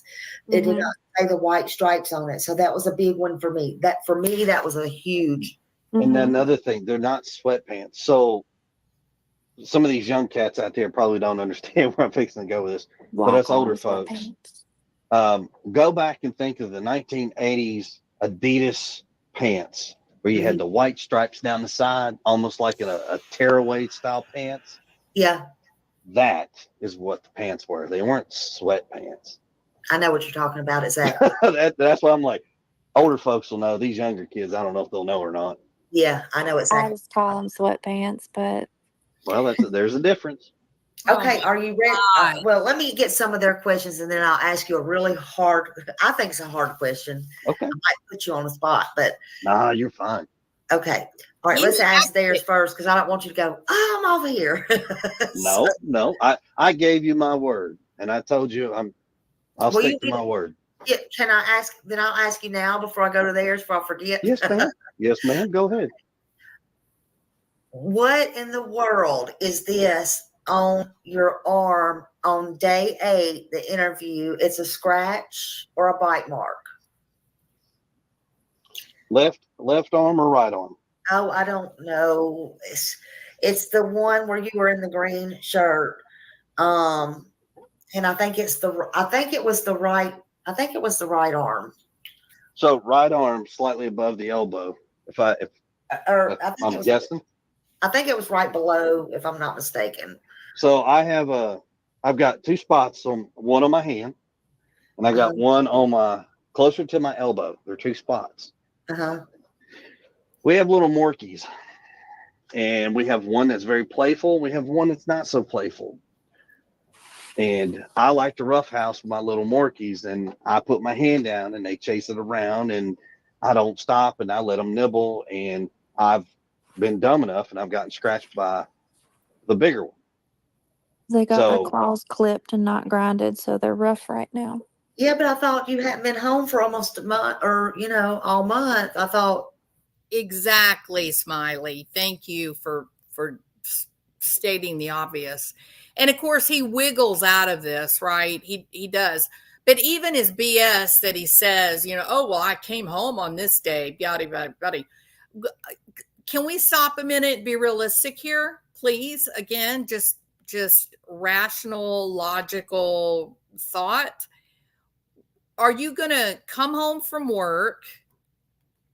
You've got your 15-year-old stepson with special needs who has just poofed into thin air. And you're actually going to take time to roughhouse and play with the little dogs while your wife is falling to pieces because her baby's gone. The house is full of cops. But you're going to take time to roughhouse with 2 little dogs. If you believe that is a true story, put a 1. If you think that sounds like hogwash, put a 2. I don't think that's true. I don't think normal people would have any interest at all in playing and roughhousing with a dog when there's a child missing out of the home. Now that doesn't mean that you would push the dog away and you wouldn't show the dog affection. Sure you would. But wouldn't it be more like a comforting type of interaction where you'd want to like hold the dog, maybe let the dog lay in your lap? That is more realistic. To get on the floor and roughhouse and laugh and joke around and try to get the dog to fight, that is not consistent with fear of your child gone missing, supporting your wife who is horrified that her child is missing. So even his story, it still isn't normal in my opinion.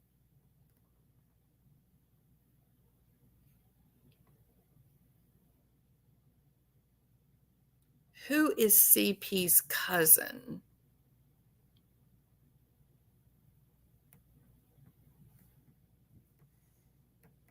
I don't know what that is.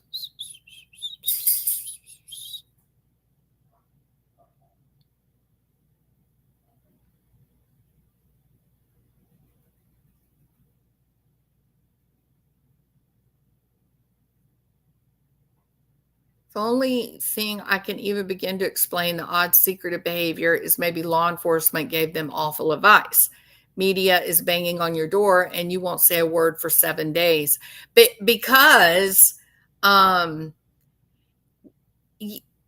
you want the loved one's picture out there. You want people to be on the lookout for the child, right? So it doesn't make any sense that you would keep them away.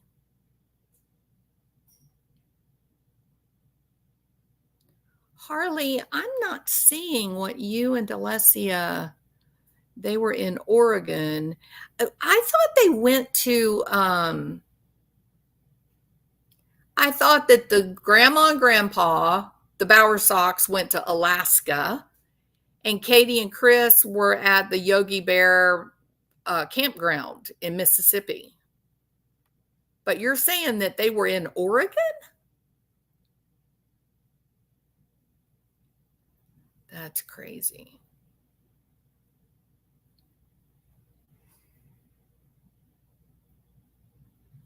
Yeah, I think it's clear Christopher Proudfoot wants to, he wants to be in on the story. He's definitely controlling the narrative. The scratches are close to the elbows.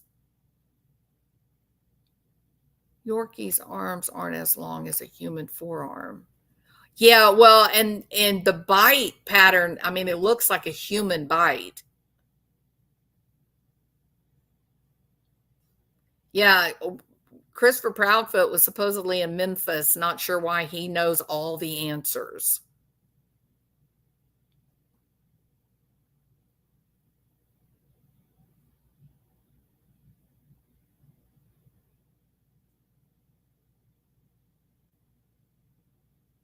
The attack Morkies. Hey, Martin. The Wells acted exactly the same way. The parents went to Oregon on a trip. We don't have an ounce of proof of Christopher Proudfoot's weekend, but he can tell all these details. The math ain't mathin'. I totally agree. Wait, what? Yeah, I agree. You know when it really caught my attention? Wait, what? Is when Katie turns and looks at Christopher and talking about the morning that she and Sebastian got up and what they did that final day. She looks at Christopher and says, well, we got up and we went and picked up your cousin. And Christopher Proudfoot shakes his head yes and goes, yeah, that's right. But he wasn't supposed to be there. Pretty strange. It looked like fresh scratch. I'm just So saying, when I'm in a green shirt, yeah, okay. you were talking Was that to Fox 17. okay? Okay. Fox 17. I had already been home, so I got home February 26th. That so can that was be a new released because that's when I came home. Yeah, you're saying it was a new scratch then. Yes, ma'am. Okay. Yeah, that's why I was like, no, I came home February 26th. We did the interview, and those were scratches that are fresh. Okay. The day I came home, I was actually still wearing my work clothes. Okay. So y'all, that is a Every time that man laughs, mark my words, he's telling a lie. Mark my words. he's saying that is a fresh scratch. So I'll say it now. I have also asked about that picture. So that is a fresh. Yeah, Liza, maybe it was niece, not cousin. Yeah, for sure. After he got home from his little dogs. And believe it or not, that's the first time I've heard that question. So thank you. I had not heard that before. Yeah. So I asked that. So if you see that picture out again that I asked, that's just from where I asked it, I believe today. And I asked it yesterday. And I believe I was wearing like it's like a mint colored button up shirt, I think. You were? Yep. There you go. Yep. absolutely. So that's where that come from. I knew I was going to stump you with one question. Exactly like Barry Morphew. Exactly like Barry Morphew. Barry Morphew's hands had the same marks on him, the what looked to be like fingernail scratches. Absolutely.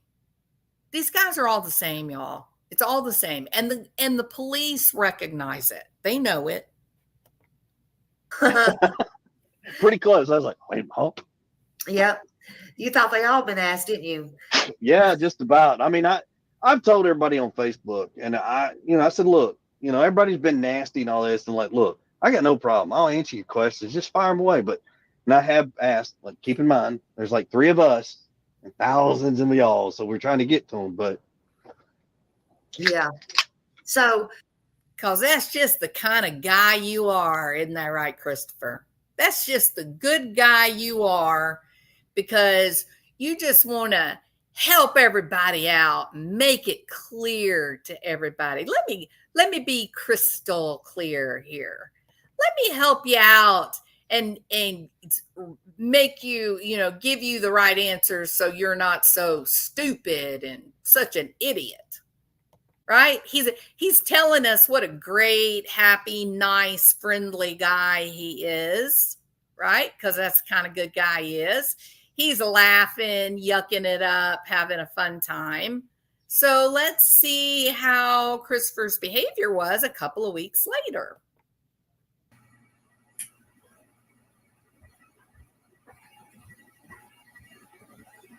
Trish, I'm sorry, what? there's somebody backstage. Okay, hold on. Yeah. Hold on. Coming. And we ask everybody to be respectful to Yes. the host and the guests on our show. No, or we no, will have to no remove crappy you. comments, please, okay? Right. No This is crappy. about a missing child, Right. and that's all that matters. And we will always be polite to our guests. Yeah. Okay, so who do we have here? Who do we have here? I've put you on the platform. You have me, Chris. Hi, Chris Proudfoot. Hello. I really appreciate you coming here. I'm going to change the banner really quickly so everybody knows it's you. But I don't know how long you've been listening. Long enough. Okay, you sound angry. Talk to me. Oh, I'm very. Talk to me. We don't want to get you. The last thing we want to do, Chris, is cause problems between you and Seth. I swear to God. Well, So I understand that, but let me help you with something. Okay. Let me help you with something. Let me make it perfectly clear. He is so, well, let me just say it this way, guys. In this interview, Christopher Proudfoot is not having fun anymore. All right. The one I just played with Smiley's Stories World happened a few weeks after Sebastian went missing. This one is about 8 weeks later. And now Christopher is learning the hard truth that no one believes his bullshit. He's beginning to figure out that he actually is not, in fact, the smartest guy in the room. And he's now going to let us see the real Christopher Proudfoot, not the happy-go-lucky, come on, shoot off those hard questions. I'm brash, I'm tough, but I'm respectful. Give me the hard questions. All that is now over. In fact, he's so unhinged in this video, he forgot to put his teeth in. And so he sounds like it's kind of fun. The effect is funny because he's very, very angry, like really angry. But he sounds like Sylvester the cat as he's trying to growl and, attack people. So there's a little bit of comedic relief here, but make no mistake about it, he is furious. Okay, a lot of the information that I've been listening to on your show, coming from Chloe, the questions that are coming through people, it's very sickening and disgusting, to be personally honest with you. Okay, let's talk about it. So let me Sickening and disgusting. Where is that bird? I'm gonna get that suffering mouth. go ahead and address a few things and help y'all out. Okay. Chloe, you're the PI. I haven't had a chance to talk to you. You haven't even called me. You ain't done anything, first off. Heather has been. Listen to that. Listen to that. You're supposed to be the PI. You haven't called me. You ain't done nothing. That's how he greets this woman. Okay. She was not hired by Sylvester the cat. She was hired by Seth, right? So that's number one. Why does he think she owes him anything? She doesn't owe him a damn thing. But here's what's funny. She is a professional and she's got receipts, and she is going to take a deep breath and behave like an intelligent, normal person. And she's going to respond to him saying, I did respond. Here's the dates and the times, and here's what happened. And when she does that, then he just changes his complaint. He is unhinged in this particular night. He's out of control. Is the only one. Heather is the only one who has reached out to me or to my wife. Yes, yes, I So for you actually to reached sit on out the to show you and sit here month or and give so ago. information that you have, that you don't have all the answers to, is a problem. Okay, well, Chris, help us understand, because I know Chloe, and Chloe wants to help. And the last thing Chloe would do is want to put out misinformation. And the problem okay, is, I understand that. So let me just smash something real quick. okay, Okay, first and foremost, anything that goes on between me and my wife is not a damn bit of anybody's personal business. I don't care what you think. I don't care what y'all got to say. That'd be I don't know, Chris. You know, your tone has changed, big guy, because you were all giddy just weeks after your stepson went missing. You were downright giddy. You were on Smiley Story World giggling and chuckling. Oh, hit me with the hard shot. Come on, baby. Hit me with your best shot. Oh, you were tough. You were, come on, bring on the hard questions. This is fun. But it's a 15-year-old kid with special needs that's missing, Christopher. You're on Smiley's. You're having a great time because you think you're smarter than everybody else in the room. You're really, really enjoying this whole process of gaslighting and misleading people. You're having a great time. And then we fast forward 8 weeks later, and now we're dealing not with Mr. Chris, sir. Now we're dealing with Sylvester the cat. like me splashing all your business out to the world. Flashing all your business out to the world. What happened here, Christopher? Were you drunk? Were you drinking and you just lost sight of how you were behaving? Like, it's actually shocking that listening to Smiley Story World, you're laughing, you're friendly, you're talking about how hard you've been looking for Sebastian, how much the great neighbors that you have. And you're yucking it up, having a great time. And in only 8 short weeks, you have now been reduced to a spittle spewing madman. okay. It does not matter what goes on in my house. We're looking for my son. That's real simple. Your stepson, right? It doesn't matter. Stepson, my son. All the kids are treated as if they your own. There is no title, a stepson, a son. It does not matter. That boy is loved by me just like he is my own. Just like he's my own. Okay, Chris, may I ask you something? Yes, ma'am. Okay. I've been doing this for a long time, and let me tell you why people are asking personal questions about you and your wife. Okay, it's because of the situation in which Sebastian has gone missing, and they're wondering if whatever happened between you and your wife, does it have something to do with Sebastian going missing? I swear to you, it's not to be nosy. It's not to be rude. It's just trying to figure out what happened to Sebastian. And Okay, so let me make this even crystal clear for you. Make it okay, crystal And clear. everybody out there that's got all these negativity, disgusting comments and questions that y'all think you know anything about, when honestly, you don't know a damn thing. And that's the problem. I mean, we must know something, Christopher, because you're spitting mad, you know?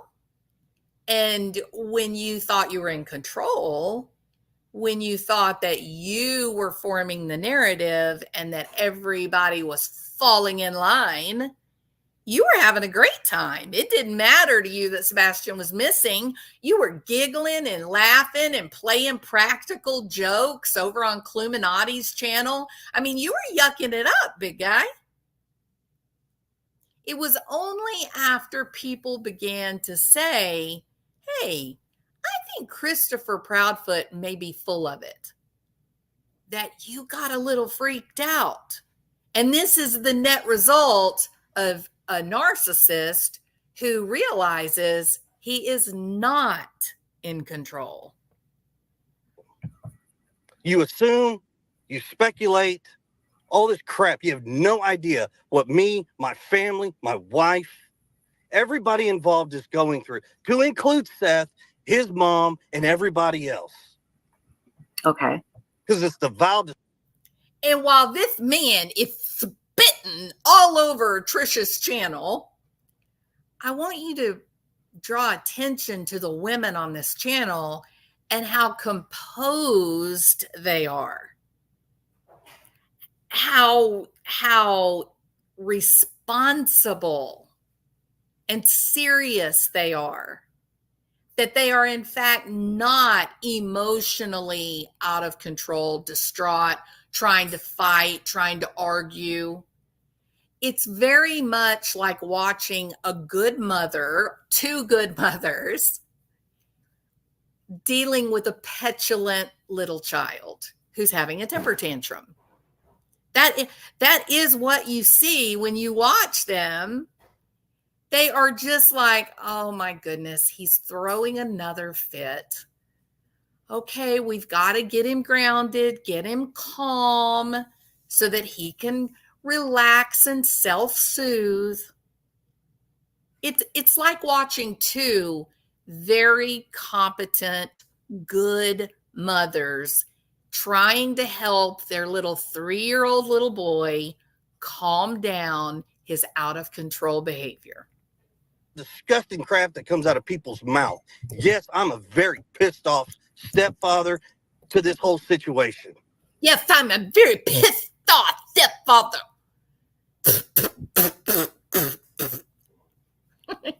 Christopher, you lost the narrative that night, buddy. Big time. Okay, and I understand, and I hear what you're saying. But again, So let me help y'all with something. 'Cause Okay. Y'all said some shit that's really, it's really none of your damn business. But since you brought it up, I'm clear it. okay, My parents didn't go to Alaska 2 days after he went missing. I don't think Why my anybody said parents that. went to Alaska was because my stepfather went for work. Okay, nobody said they went 2 days after he went Oh missing. no, They it's said- out there. Trust me, because I have.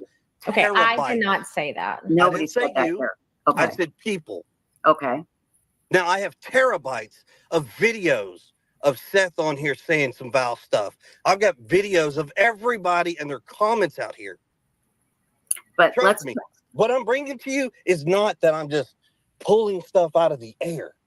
I understand. No, and Chris, I'm glad you cleared that up. That's a So, good. and by the way, they didn't go for a month. Okay, They went for 2 weeks. My stepdad went on business. My mom went with him, but it's really nobody's business. well, but Chris, let me, and please understand. I swear to God, I'm coming from a place of understanding, because I've been doing this for years. Okay.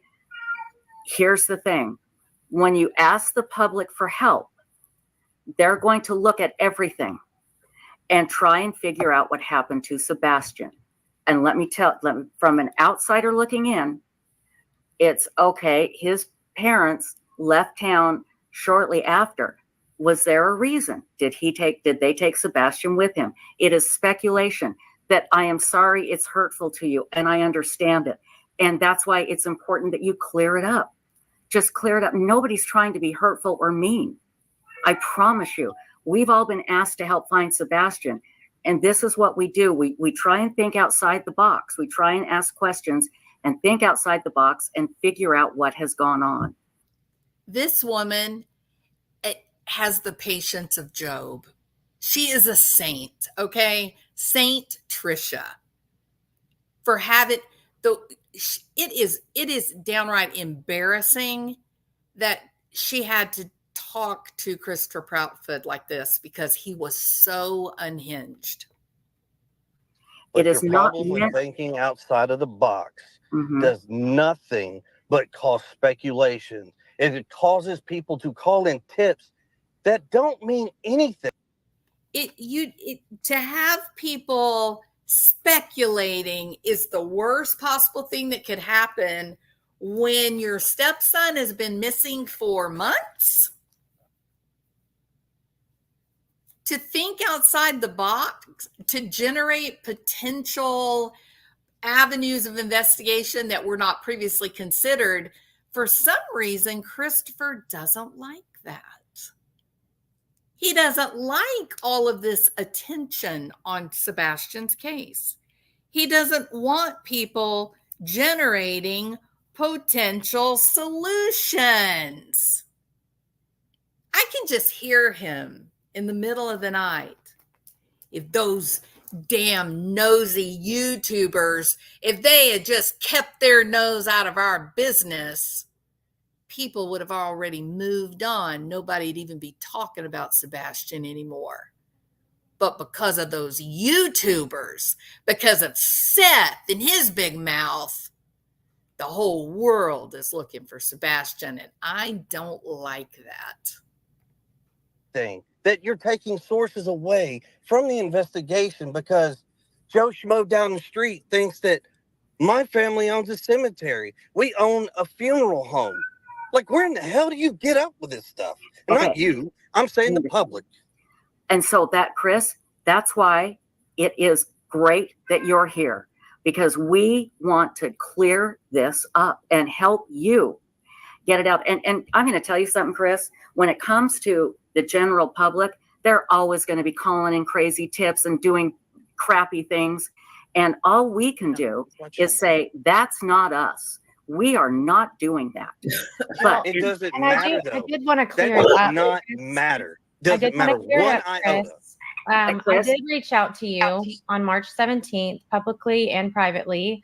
You responded to me publicly. You asked me to ask my question publicly. I did. You didn't respond. I reached out to you privately again. So I have reached out to you. Where in the public? Where? I reached out to you on Facebook. I reached out to you on Facebook Messenger privately. You've never read my message. Well, don't take this the wrong way, but a lot of the bullshit that I get in Facebook. No, that's fine. That's I'm fine. not- I just want to. You see the game? You see his game? He screams at her at the top of his lungs. You ain't done nothing. You hadn't called me. You haven't reached out to me. You hadn't done anything. Well, now she's saying, well, actually, I did. And now he's going, well, you can't expect me to respond to you, can you? Because I got so many people messaging me. He's full of it. Full of it. And every law enforcement official working this case knows it. To make Yeah. it clear that Can I explain to you? yeah. You send me messages along with thousands of other people. I understand that. And that's why I took it public. And you did respond to me and asked me to ask my question publicly because you wanted whatever answer you were going to give to be public to clear it up. What I was the asked my question that you asked me? since I neglected your question. And that's not what I. And that, that is the point, right, Kelly?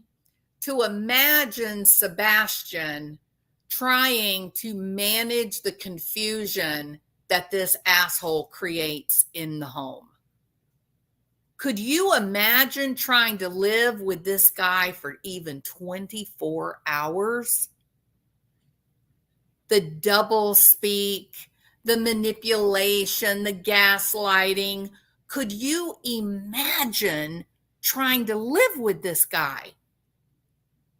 And then you got Sebastian over there, special needs, struggling anyway to manage the social milieu. He didn't know how to keep things calm with Christopher Proudfoot. Sebastian didn't have the ability to do that. Most children would not know how to manage a guy like him. I mean, you're listening to him with 3 grown women on the panel. He just jerks people just left and right. He just plays games. He uses words as weapons. This is the kind of guy that, you want to avoid at all costs. You want your daughters to stay far away from people like this guy. I'm saying that's not what I'm saying. I want to make it clear that I haven't not tried to reach out to you. Chris, I know you're mad. I can feel it. I can hear it, and I understand it. You've got to believe me when I tell you this.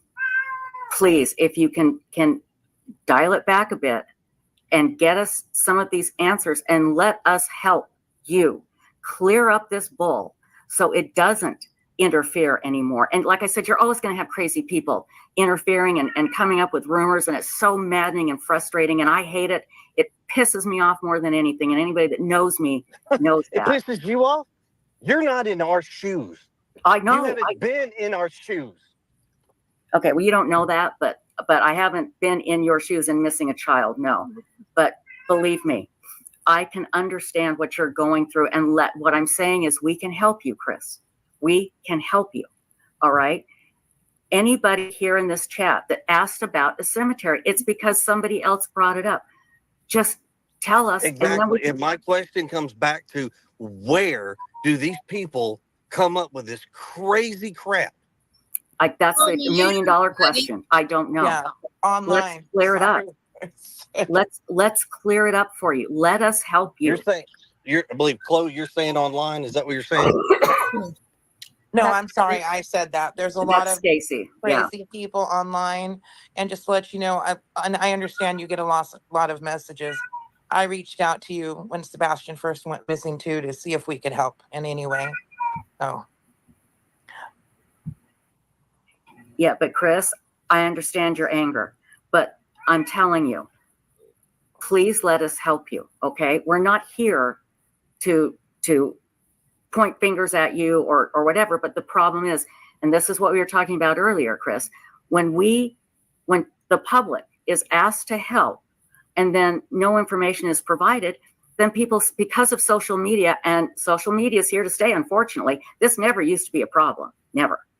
Until social media, and it's terrible. I will be the first one to admit it's terrible.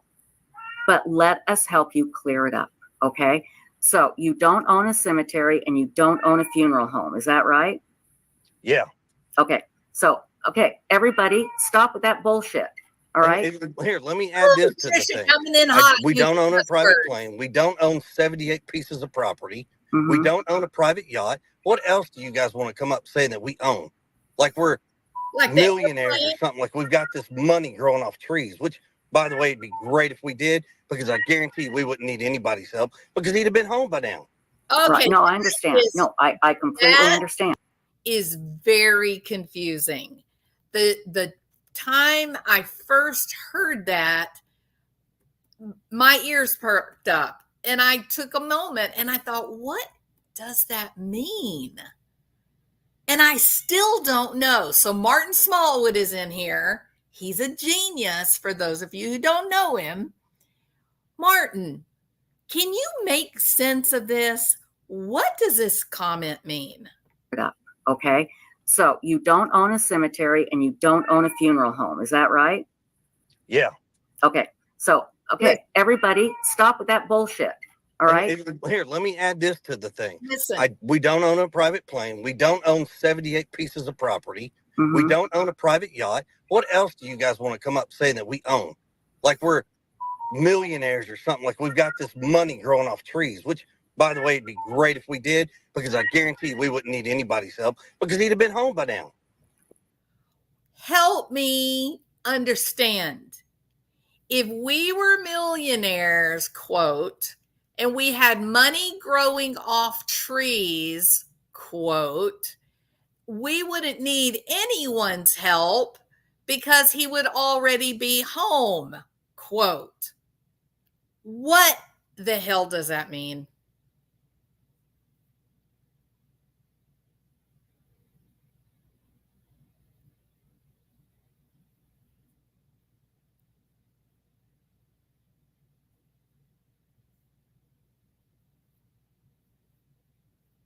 Yeah, Martin's thinking about it. I feel like we need the Jeopardy music.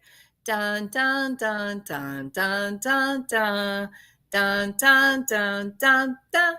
Dun dun dun dun dun dun dun dun dun dun dun dun dun dun dun dun dun dun.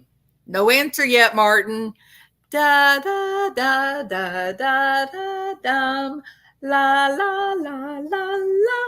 La la la la la la. What the hell does that mean?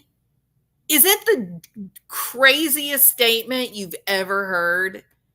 I've never heard it. The only thing I've ever heard crazier was God made Suzanne Morphew disappear because she had an affair with Jeff Lippler. That's the only other story I've heard that was nuttier. Listen to this. It's crazy. So, okay, everybody stop with that bullshit. All right. Here, let me add this to the thing. We don't own a private plane. We don't own 78 pieces of property. Mhm. We don't own a private yacht. What else do you guys want to come up saying that we own? Like we're millionaires or something. Like we've got this money growing off trees, which, by the way, it'd be great if we did, because I guarantee we wouldn't need anybody's help because he'd have been home by now. Right. No, Come on, Chris. We know you're listening to this. We know you're watching it. What does that mean? Look, Martin is a genius. He is a bona fide genius, and he is stumped, Christopher, because it's such a dumb statement.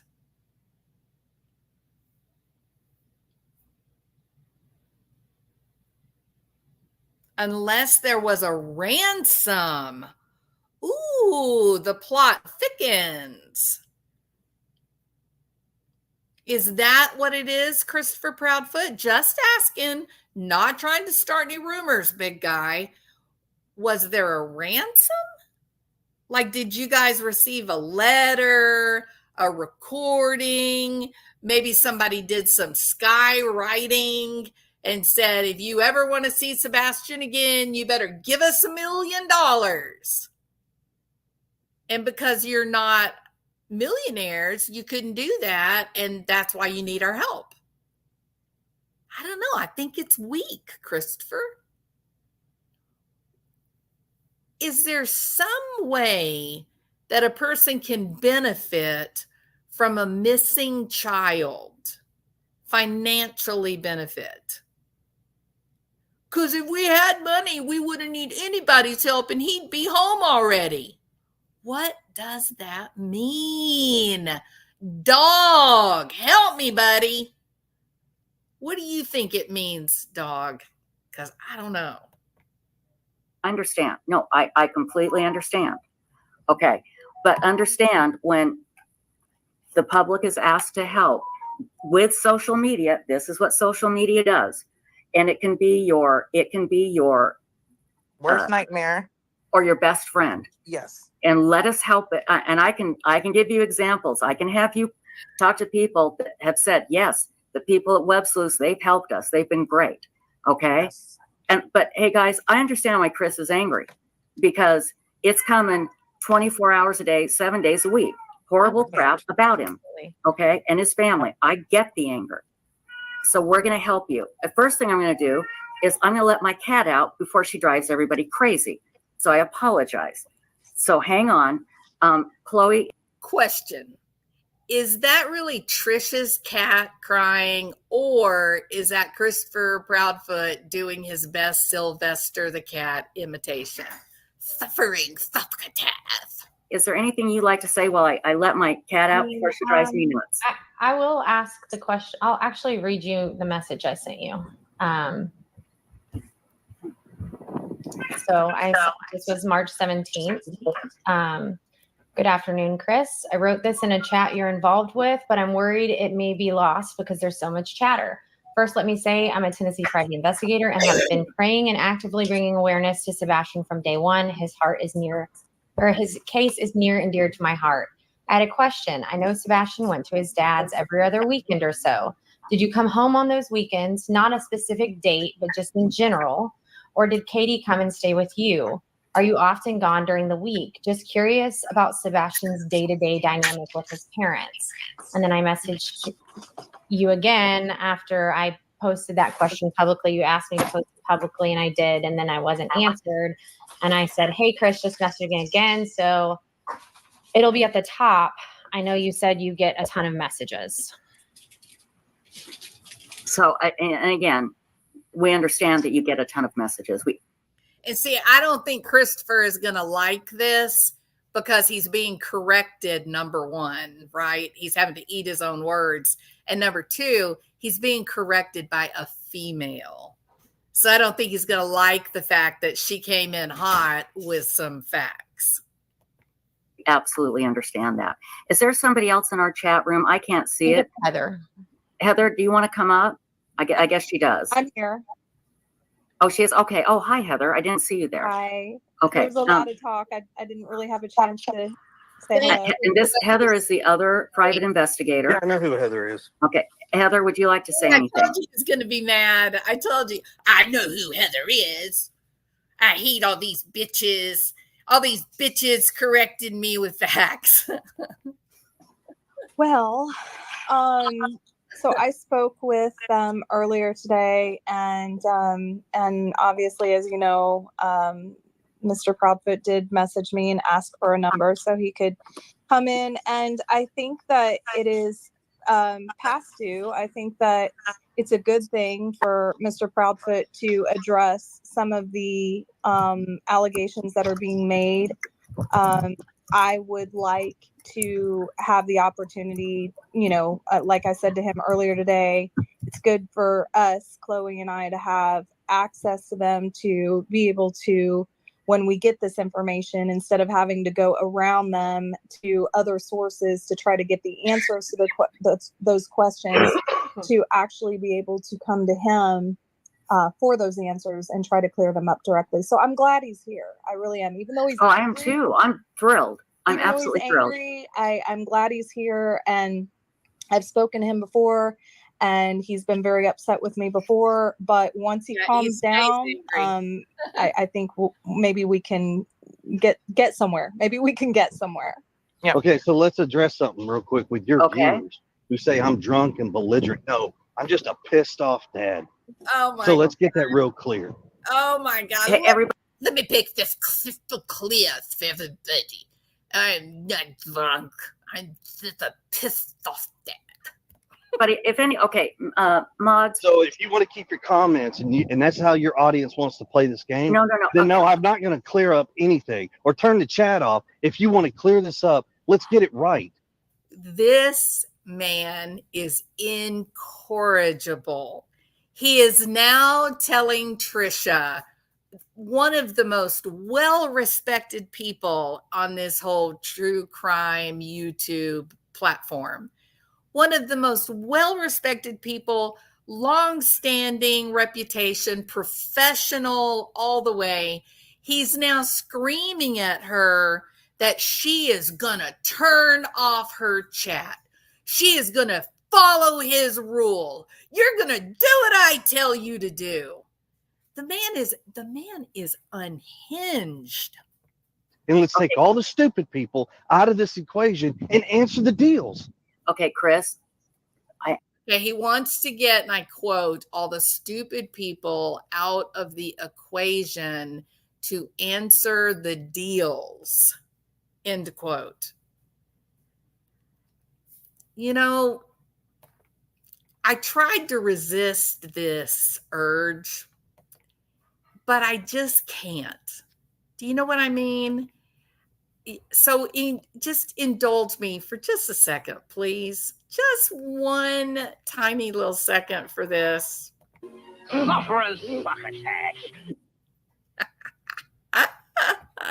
Okay. I am so ashamed.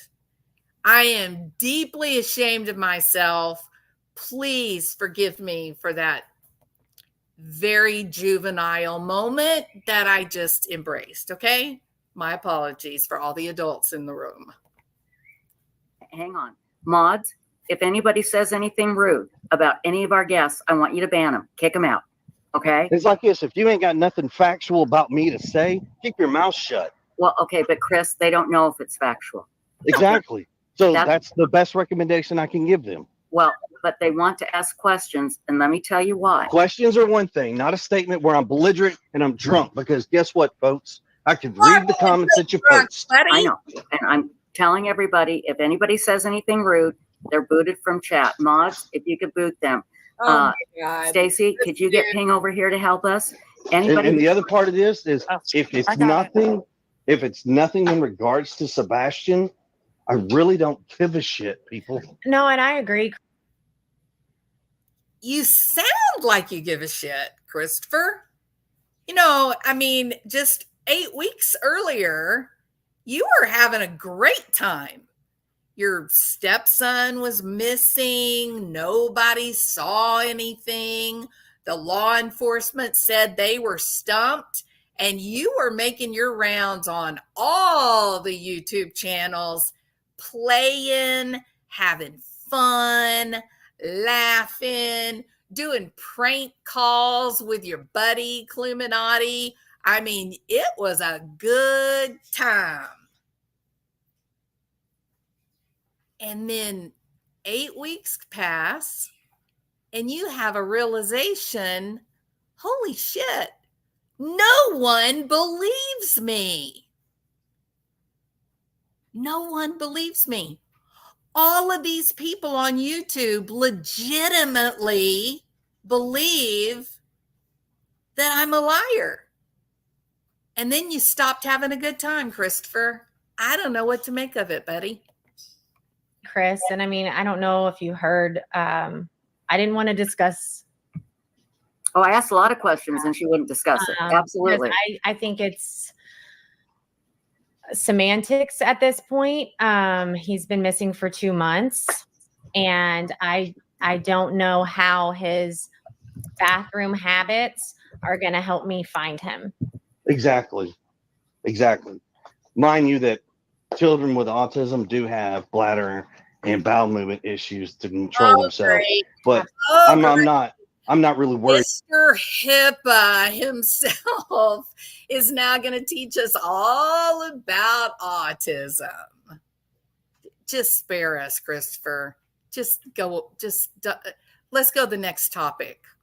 That people can't read and do their own. Well, but Chris, let me tell you. I mean, do you people read? Do you people on YouTube, can you read the written word? Christopher Proudfoot, you are without, I really think you're not aware of it. Like I truly believe this is the first time in your life that you are outside mommy's protective bubble. And you are now, for the first time, getting a big taste of, hey, I'm not Mr. Cool Guy. I am not lovable Joe Dirt. I'm not intimidating or frightening to people. In fact, the rest of the world looks at me and laughs at me. And I think Christopher's having a little trouble with that realization. I'm not going to sit here and care about that either. Let me tell you why that was brought up. Okay. It's because of what Seth said. Seth said at his house, he didn't Yes, need you it. are correct. No, you are correct. You just hit the nail on the head. Mhm. You just hit the nail on the head. Seth has opened his mouth. He has said a lot of things he probably shouldn't. And he needs to learn how to close it, because quite honestly, none of that has anything to do with finding Sebastian. Right. And you know what? But Chris, let's keep it that way, because Seth has said he is not going to do that anymore, and he hasn't. Bullshit. Let me explain to you why. That Sunday when I went to that vigil and spoke to Seth very calmly, very respectfully, we were having a good conversation while everybody stood behind me and would snap them little pictures and stuff. Heather came up in the conversation. She saw us. It was not a aggressive conversation. It was actually a good one. Mm-hmm. But see, it wasn't 3 hours later. Seth was on YouTube on somebody else's show, sitting and he's blaming Katie, my wife, for Sebastian's. That's my wife. It's two things you don't mess with, buddy. You don't mess with my wife or my dogs. You come for my wife or my dogs. You come for me, buddy. Christopher Proudfoot, shut up. That is how the sad part of this, when I do my crazy redneck imitation, it's not even a far cry from your reality. It's craziness the way you act, the way you talk to people. It's inappropriate, Christopher. Disappearance. Now, unless you got cold hard facts, which you don't open your mouth. Here's the problem, Christopher Proudfoot. You can't control whether I open my mouth or not. It's not up to you. I can talk about anything I want to talk about as long as I'm not leaving someone to run out of a theater in fear of their life. If it is a topic that is on the nightly news, I can talk about it. And I can have an opinion about it, as long as what I'm saying, I am being honest.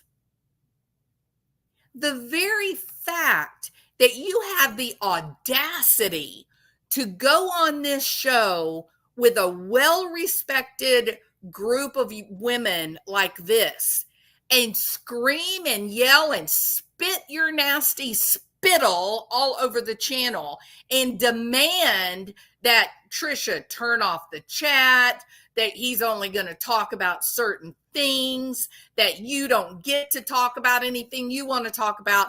You are a joke, Christopher Proudfoot. You have wandered right into Christopher caricature.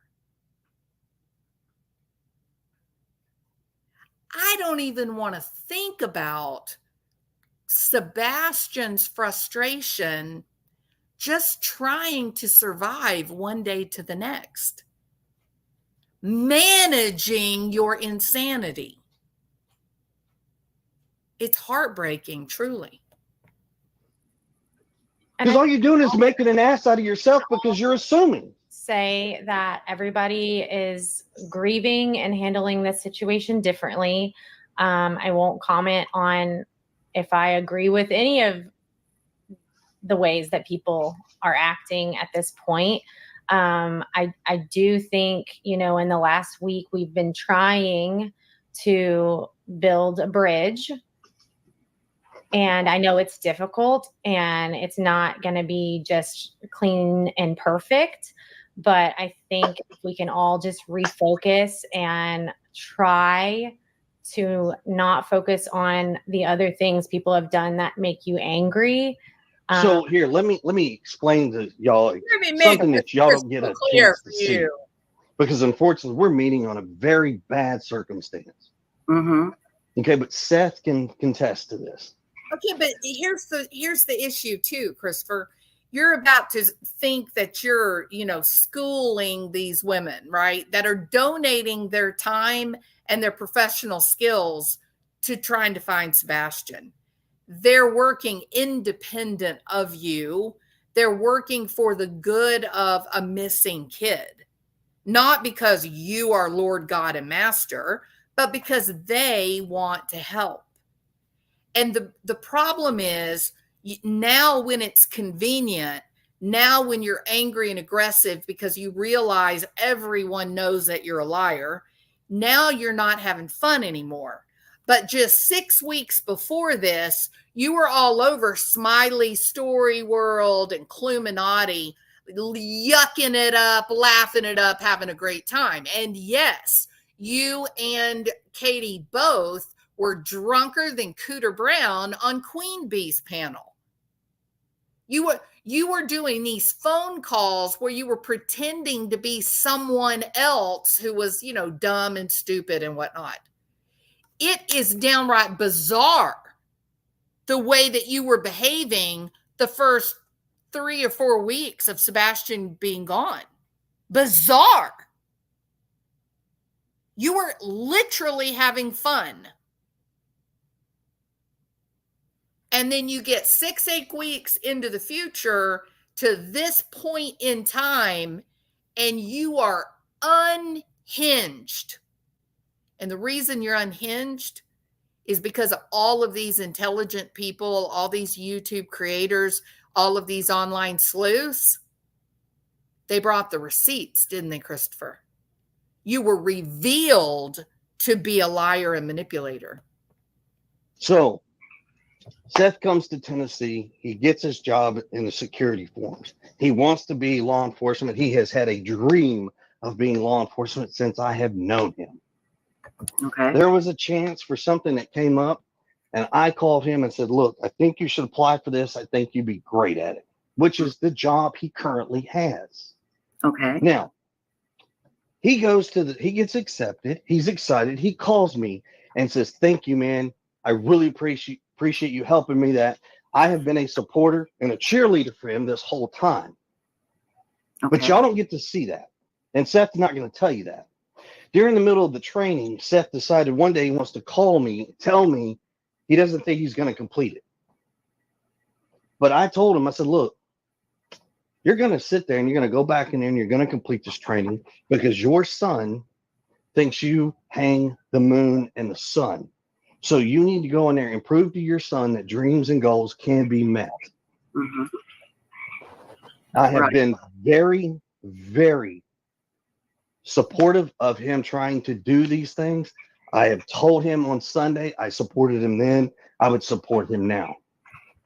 But I will not stand by and watch somebody be straight up disrespectful and accuse people and say things that have absolutely no bearing. Absolutely nothing.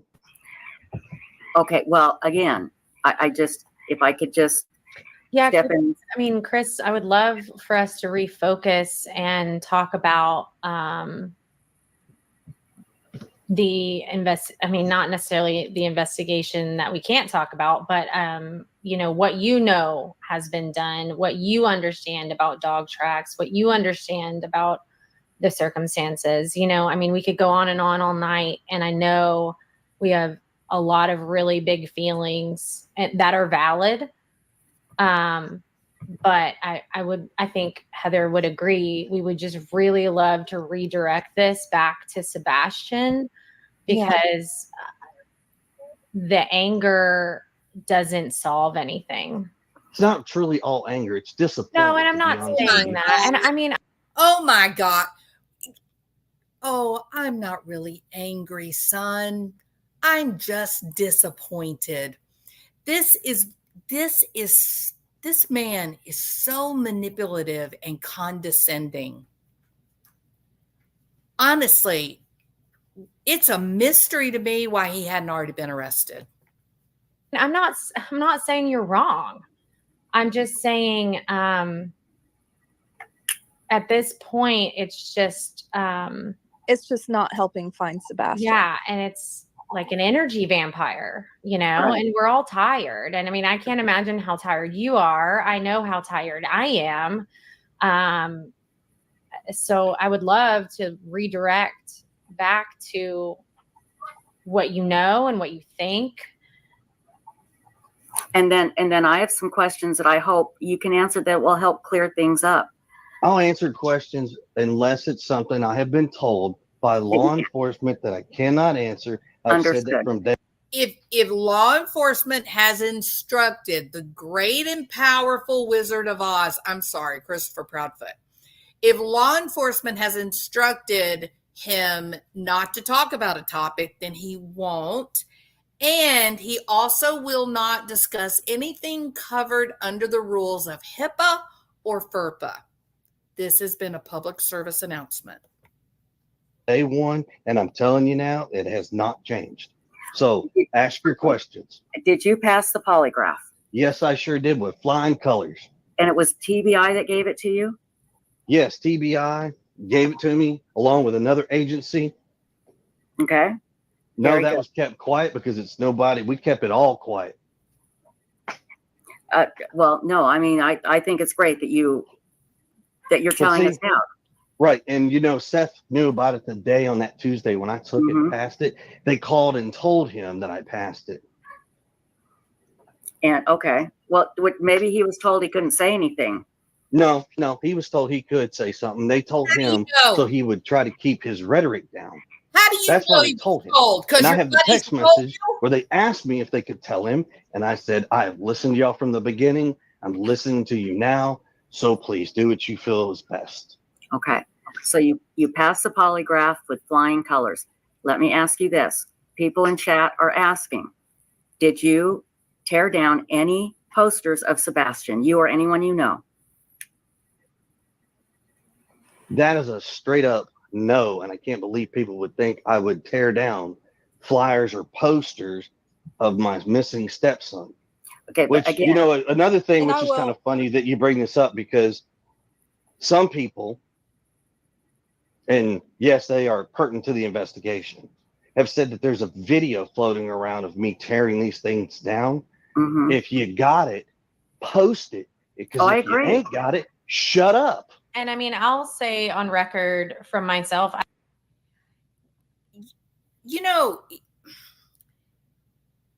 Most people recognize that if you're going to go on a podcast or whatever, there's going to be a conversation, right? People are going to have questions. You're going to have an opportunity to answer those questions.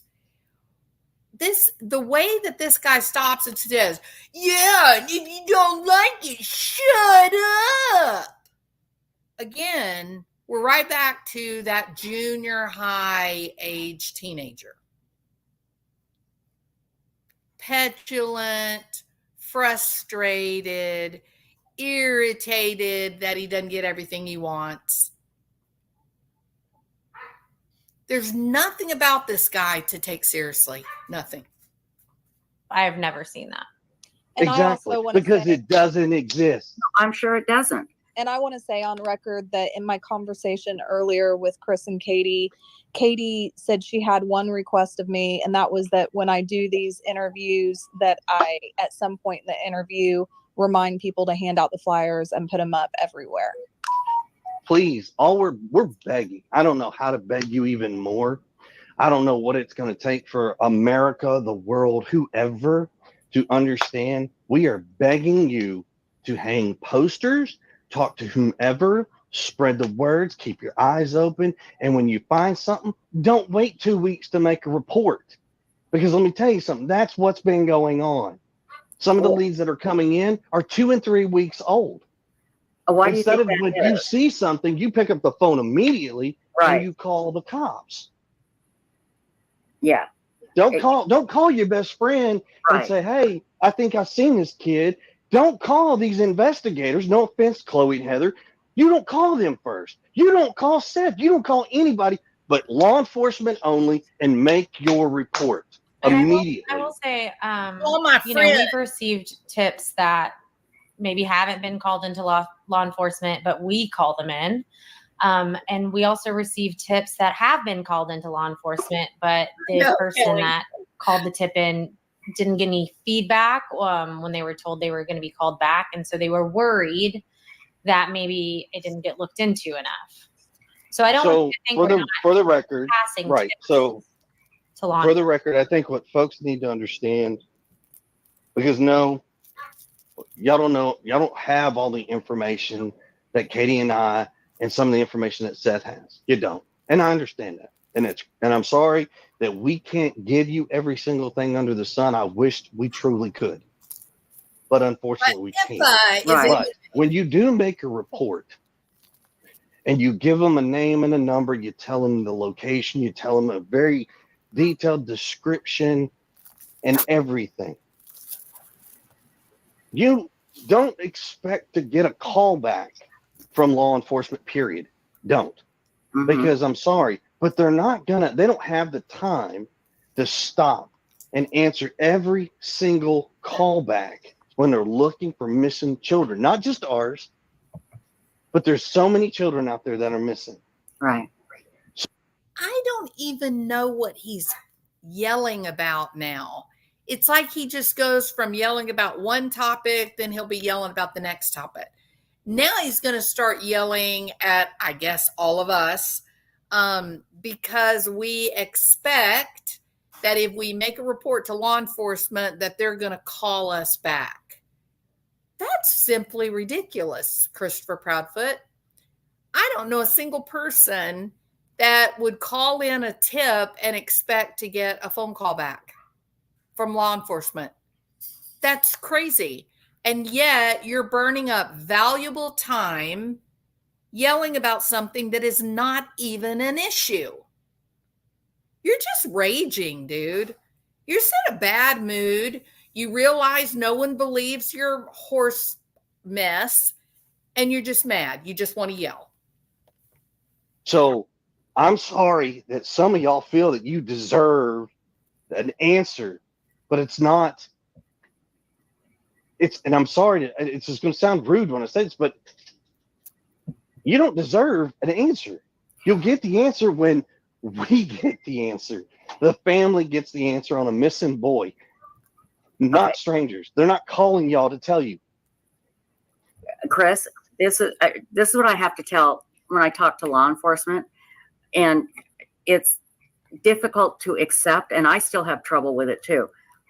This is the way it is. I'm not saying it's right. I'm not saying it's wrong. But again, when you ask the public for help, people are going to start looking, and they look at the last place Sebastian was known to be. Exactly. And then it just goes from there. And I'm sorry, it shouldn't, but that's how it does. And we can clear a lot up tonight. And I'm so let's glad. do this. Okay, BW says, Chris, are you frustrated with law enforcement, or do you feel like you're getting adequate information from them? I'm not upset with law enforcement. I'm going to tell you right now, the agencies that are involved have thrown every asset that they have at this. What people don't understand, this has actually probably been one of the largest searches for a missing child in Sumner County history, period, and probably in the state with the number of assets. Do I think they're doing everything they can? You bet your sweet tail I am. You can bet on it. I don't think, just short of making everybody in this United States go hand in hand, start on one side of the country and sweep through hand in hand, that's probably about, I don't know what else to tell you. I'm very happy with what they've done. I know there are some other folks that don't feel that way, and I'm sorry because they are not in the know. But you do have to remember one thing. They're not going to expend every single asset, every single minute of the day on one child. Of course. You have to keep in mind how many children are missing, and it has to be equally dissolved among everybody. And I'm not going to lie to you. It hurt. It hurt the day that they came in on day 8 and told us that they have to pull back.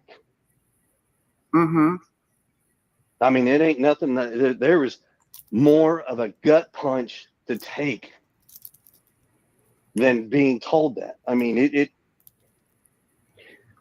I can imagine. I can't, I mean, yeah, because you're not expecting them to say that. You're not expecting them to say, yeah, we're going to pull back and put I less. do expect that, but here's the thing. I'm also a realistic person. Mm-hmm. I would love for them to expend every aspect and every asset and every single second of the day finding Sebastian. That's not realistic. Yeah. It's I not. understand. I want to read you a comment, and Yes, I like this comment from Brittany Cole. It says, sometimes you have to block out the noise, Chris. The public Yes. will do what they do, and that's the truth. A lot of us are just trying to offer help. It's the bad ones that you remember, and not all the much bigger crowd of good people who are not doing this. And I mean, weeks ago, somebody asked me what I thought, and I had some information from court documents that could have been a lot of quote unquote tea for the internet to have. And I refused to release it because Court documents on, let me ask you this, on who? Me, Seth, Katie? Okay. I refused to release it because, number one, I didn't think it would help find Sebastian. Number two, it was a deeply personal thing. And also, when she was young? Yes. Okay, so let me finish, and I referred to the Michael Vaughn case, where his parents got completely slaughtered. Yes, they did. By the public for a very long time. And they didn't do anything to that boy. I do not believe. They didn't. Now they have proof. But they just got slaughtered.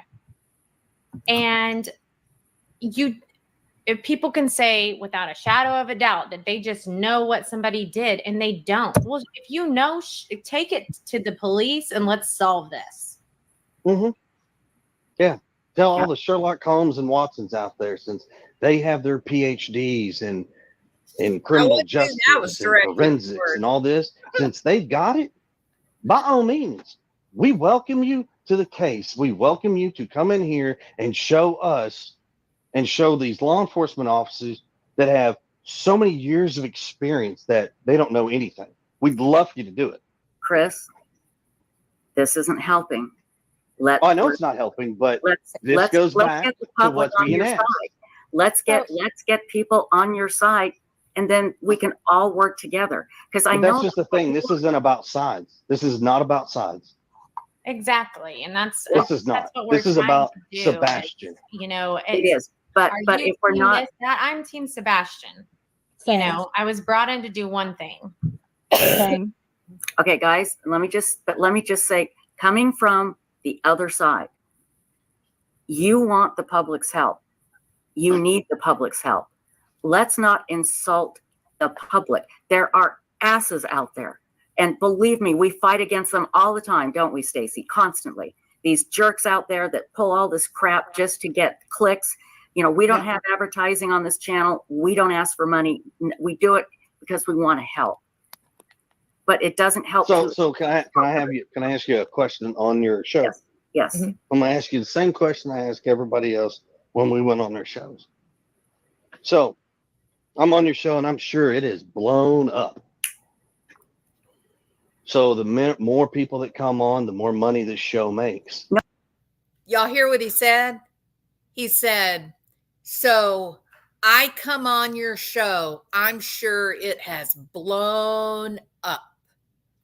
This man is so arrogant that he believes that he comes up on Trisha's platform to talk, and thousands of people come running over to listen and hang on his every word. That's what he's saying to her. And then he's going to go on and talk about the money she's going to make that he made for her by appearing on her channel. Listen to this crap. On this channel, we don't ask for money. We do it because we want to help. But it doesn't help. So can I ask you a question on your show? Yes. Mhm. I'm going to ask you the same question I ask everybody else when we went on their shows. So I'm on your show and I'm sure it is blown up. So the more people that come on, the more money this show makes. No, I make no money We off. don't make it. money. We're We not make zero monetized. money. It's not monetized. And we You're don't not a take monetary donations. show. No, they don't monetize. No. We do not Right. monetize. Okay. We do not monetize. It costs me money to do this. Yeah, and Chris, Webster that- So that's the reason why I completely asked show I that, will go on. It's completely free, Well, and the website is as well. What, no right? advertising. So the reason why I'm asking that question, okay, Hmm. is because if people are true to what they say in their heart, Mhm. especially those, and they know who I'm talking about, the clickers, Yeah. the shows that make this money. Yep. I would love for you to make a public announcement for every dollar you've made. If you truly do this for the goodness of your heart, every dollar that you have made, you should donate it to the cause, not to your personal gain. Right. Well, yeah, we don't like. Isn't that crazy that this guy has got a kid that's been missing from his home for 6-7 months, or not at the time of this show. At the time of this show, I think he'd been missing about 3 months. And he's all caught up in whether a YouTube channel is making money discussing the Sebastian Rogers disappearance. Does that strike anybody as strange and unusual? It's so odd that he's so hyper focused on, if you make money, you're a bad person. He doesn't even give a shit that Sebastian's gone. You look at Gabby Petito's parents, they wanted anyone talking about Gabby. Anybody, just talk about her. We don't care. Just put her picture out, make Twitter posts, do shows about her. This man is so upside down in what he thinks is important. It's really crazy. Like I But- said, we make Yeah, zero we don't money. It make costs money. us money to And do I it. appreciate it and I respect Yeah. that. Thank y'all ladies for that. I will give you that. So, but no, I understand what you're saying. But again, it's just like with, Nancy Grace or with news media, they report the news.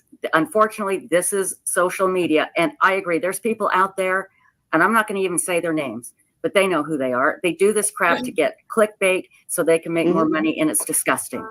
Oh, Absolutely. very much so. disgusting. Very much so. And I want to add something to that. Like I told Chris earlier, everybody that's involved in this case is under a microscope. I've been ripped to shreds.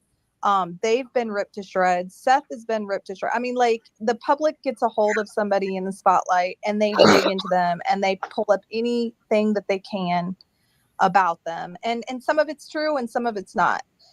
It doesn't help find Sebastian. And that's where we all need to get on the same page and regroup and just make the decision right here, right now, to ignore the rumors, to clear up misinformation, and just to get on track so that we can start trying to find Sebastian.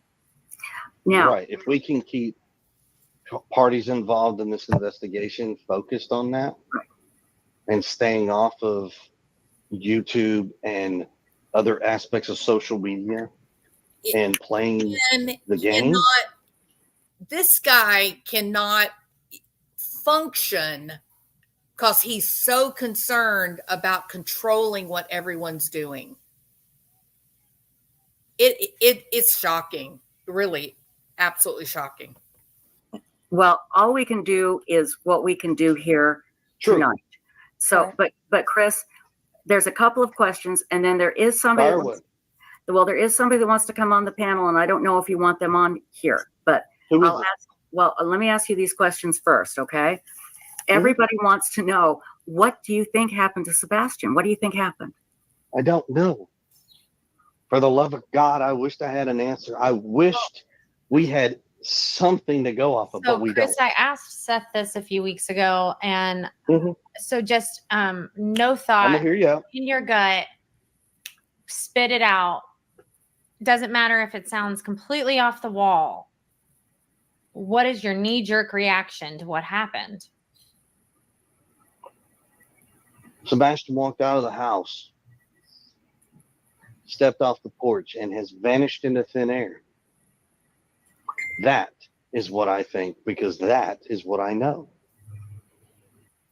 Do you hear the anger in his voice right there?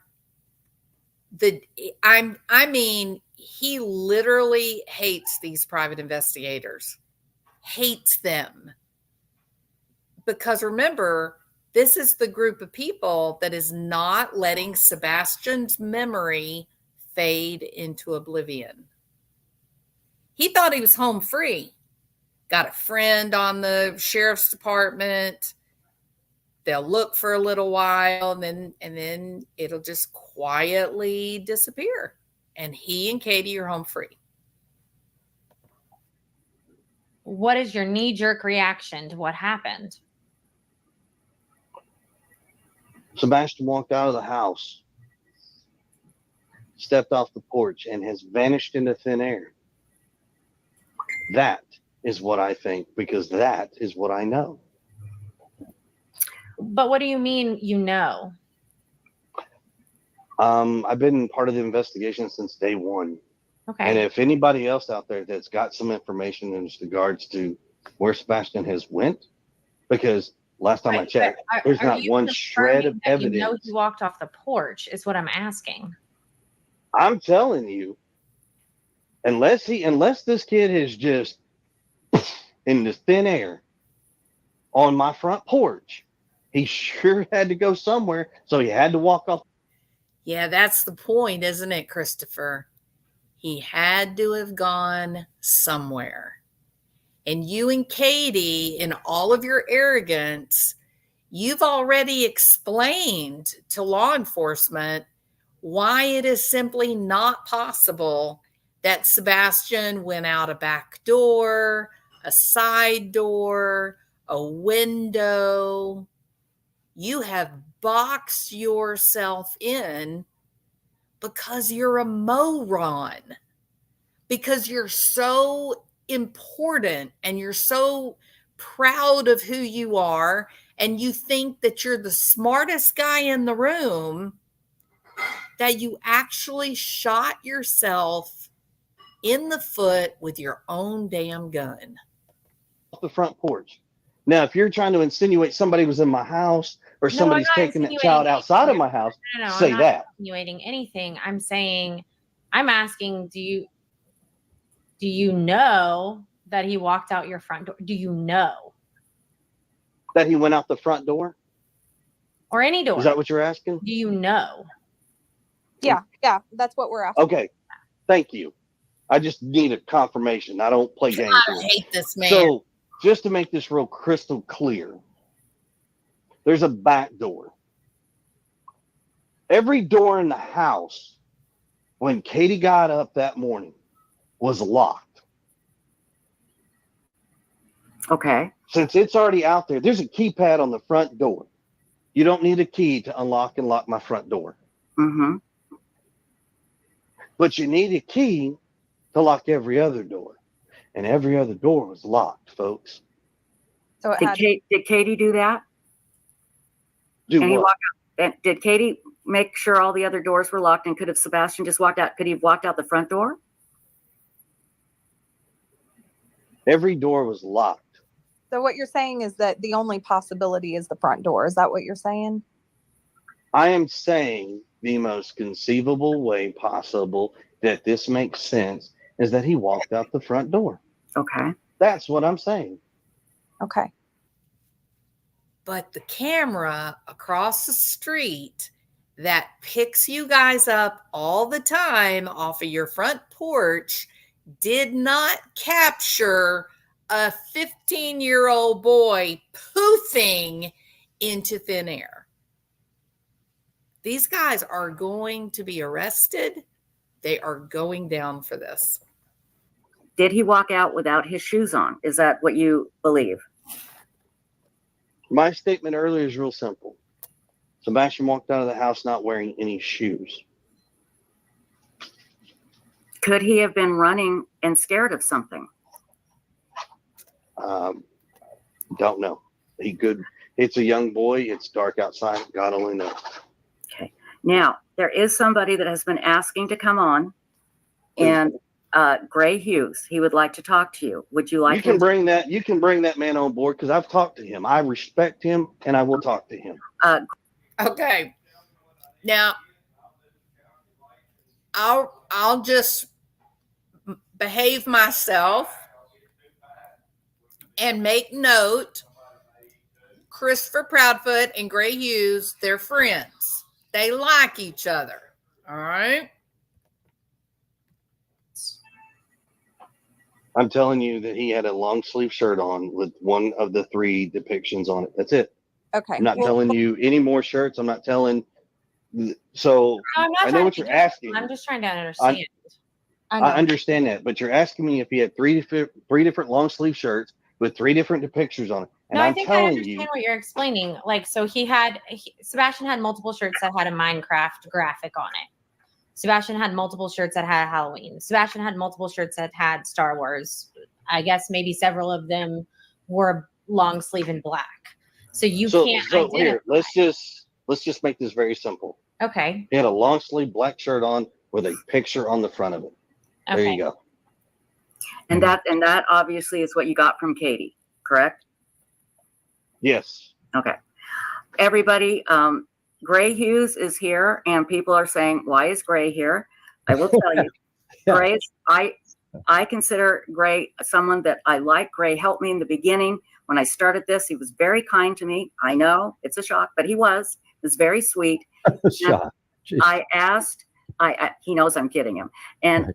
I asked Chris, is it okay if Gray Hughes comes up? And Chris said yes. So Gray, I'm going to turn it over to you now, please, sir. Yeah, I just want to say I've talked to Chris, and the way he's sounding right now is exactly how I think I would sound, or anybody else would sound, given the attacks being leveled. When I talked to him on the phone, we talked on the phone. We've messaged back and forth, but we talked for like an hour one time, and literally went over detail by detail on where the light video was taken. The Gray actually helped to push the narrative that the flashlight video was actually the trash truck. flashlights, Mhm. exactly where that was filmed. We went over where the dog scented and all, and I kept sending him the map, and he would show me the route and everything. And it was like, to me, he seems like somebody who's literally out there trying to figure something out. I know my opinion isn't like all the rest of the people out there. I've never seen anything like this. It kind of reminds me of like remember the Chloe, was it Chloe? Yeah, Chloe Smith in Australia, the 2 parents that were sitting there and they just didn't look quite right, and everybody blamed them for the abduction out of a tent, and it turns out it was literally somebody abducted the child out of the tent. Right. There's just so many cases like this, and all I'm saying is when I've talked to Chris Proudfoot, I have never seen anything that he said in any of the interviews where I went, wow, this guy, wow, he must have something to do with it. I actually look at him and think, man, I would feel the same way if from day one the entire community hated me and I never got the same love that Seth got. Seth was absolutely admired by everybody like he was God or something. Let me explain why. And I agree. I think that's exactly how you would sound, Gray. There's no question. But let me explain why, okay? Again, social media is here to stay. We need to learn this. When anybody comes on and they are aggressive and insulting, it blows up like wildfire. Mhm. And you're asking public for help, but Yes. you are condemning the public because of a handful of jerks, and that causes problems. I haven't Well, for the heard. record, ma'am, I have not in the past gone onto a show and been a jerk and ridiculed the public and said a bunch of hateful things and inappropriate things. I have not done that. So I'm sorry that folks are upset that day one, Katie and I were not on TV or on YouTube Nobody expressing expects that. everything. Well, you say that, but as you said, social media is here to stay. So Absolutely. with that being in mind, you're one, and there are millions out there that think otherwise. I would never, So, I would never didn't say expect you. you to come on. But I I'm think not the saying way, you. I think the way he was just talking a minute ago, to me, it sounded normal, given the fact that the 90% of the chat is just trashing him. No, that's not true. That is not true. We are kicking the people I out. can see it right now. No, I know you're kicking him out, but I keep seeing comment after comment after comment after comment that are really suspicious and like, Yeah, oh, great. no, Just man. close the chat. I'm not Yeah, even like looking you, at it. Well, I'm you just had trying to be honest. somebody in the chat that literally asked the question, was Katie arrested at 19 for an incident? Like, I'm sorry, No. but once again, know. this goes right back to Semantics and I none know of what that has that is. anything to do with Sebastian. Okay. Yeah, Matt. No, I'm can not I trying just- to. I'm not trying to create anything. I know just you're trying not, to say- Gray. I'm I just know. trying to say that I absolutely understand how he's feeling, and I know out there they go, "Oh, look, he's soothing Chris's ego." I listen. I've talked to him late night on a phone. He's just a normal dude trying to figure something out. That's how he sounds like. Now he's on here with. I've seen him on shows. Remember at the beginning, him and his wife would go on shows, and they were totally calm, talking, and they were normal. But everybody dissected every single word that they said, and everybody came up with a negative meaning for every single Well, thing they let said. me tell you what happened. I can explain now. Let me tell you. Chris, when you went on and talked about hitting Sebastian with a belt and kind of, just chuckling about it and how the social services or child protective services came to your door and apologized to you, that got people upset. It got people. But right, let's clear that real quick. Okay. That needs to be cleared up because what was said and what people heard are two totally different things. I heard you Because say you hit him with a belt.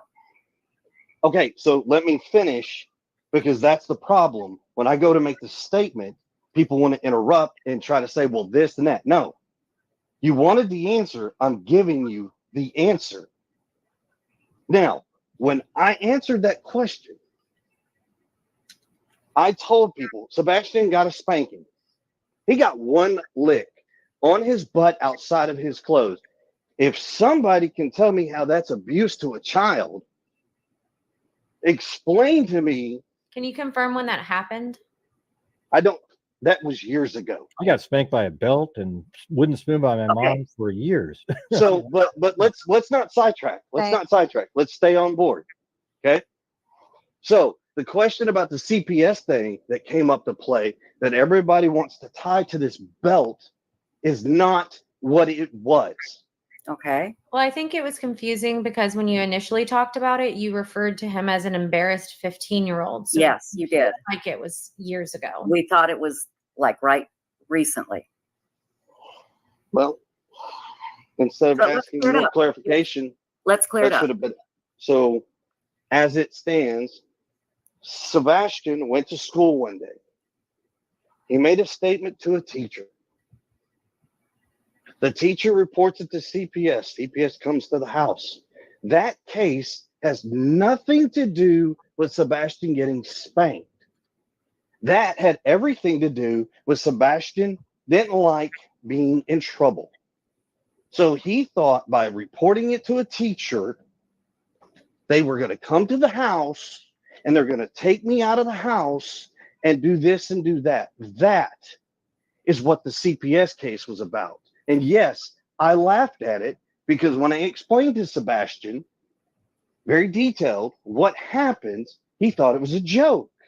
When the CPS lady shows up and looks at him and says, Sebastian, you can't false report. That will get people in trouble and you can get in trouble. And then she explained to him what happens. What did he say you did to him? Can I ask you, what does that have to do with the price of eggs in China when Well, it comes to the disappearance of Sebastian? Because I'll tell you why. Because you're wondering why people are coming at you. And Yes, it's because he was in your home last. That was the last place he was seen. Yes, So he was. when we hear these things, it's like, okay, let's just clear it up and see what happens. Because I'll tell you why. Because people, I'm not saying me, but I've seen people say, hey, he was hitting his child. He reported it to his teacher. Did something happen? Was there an explosive incident that happened? No, absolutely nothing of that nature. Okay. And for people to not understand, when you discipline a child, there's a difference in discipline and abuse. There truly is a difference. But I think hitting anybody with a belt is abuse. I'm sorry, I do. And a lot of people agree with me, and that's the problem. And So guess we have a what? difference That's of the opinion. great thing. That's the great thing about having your opinion. Yes. That's an opinion. That's not a fact. That's opinion. Okay. I think a belt is abuse, but that's my, again, Well, that is my, if I was leaving bruises and marks on a child, that's abuse. That would be considered abuse. okay. Yeah. I mean, Okay, So but- by definition, oh, that's weird. that's what I'm trying to get y'all to understand. You can say your opinion, and that is fine, but you have to back it up and say, what I'm stating is just an opinion. There's no fact to it. When you don't say that, you leave it open to interpretation for a lot of people to take it and run with it. That was a lot of the problems with this. And there will be people, I can get people from CPS that will say hitting a child with a belt is an abuse. But here's the thing, you're right. That doesn't have anything to do necessarily with Sebastian and his disappearance. But what it does is it creates a narrative in people's minds that we need to clear up and change, Chris. We need to clear it up and change it. Okay? So let's do that. So we just did. Okay. If now you did go on Nancy Grace and say that CPS has never been called, and No, a lot that's not. No. Nope. Okay, that's what I heard. What did you say? She asked the question about a situation, and she asked me if I had ever had CPS called on me. I believe is what the question was. I'm going to tell you right now, I don't exactly know what the question was without hearing it again. So I'm Okay. not going to answer you with something without having it in front of you. Okay, that's fair. That's very fair. Very fair. And so let's move on. Okay, so nothing came of that from you hitting him with a belt. Has there ever been any, and people are going to ask, has there ever been any violence in your home as far as Sebastian is concerned? No. Okay, now Gray asked, why is Seth being treated so different? Because of how Chris came on and became so angry and did what you did tonight, Chris. You've done this before. And I think that's why, and Seth didn't. And I think that's the difference. Right, because I don't feed out of people's hands. I don't feed into what people think. I don't, and then once again, that's the difference. But how about I just will- saying thank you to the people that want to help you? Okay, well, that's simple. There's a difference in me saying thank you to everyone, which if you go back and listen to every single interview I have done, I have told everybody, thank you for everything that you have done. There's not enough thank you in this world. We can't begin to describe how much we appreciate it. I have said this. Mm-hmm. Go back to one video and show me where I haven't. I've also said that our family prays for everybody else, and we love you all, regardless of what you think. But you know what? Once again,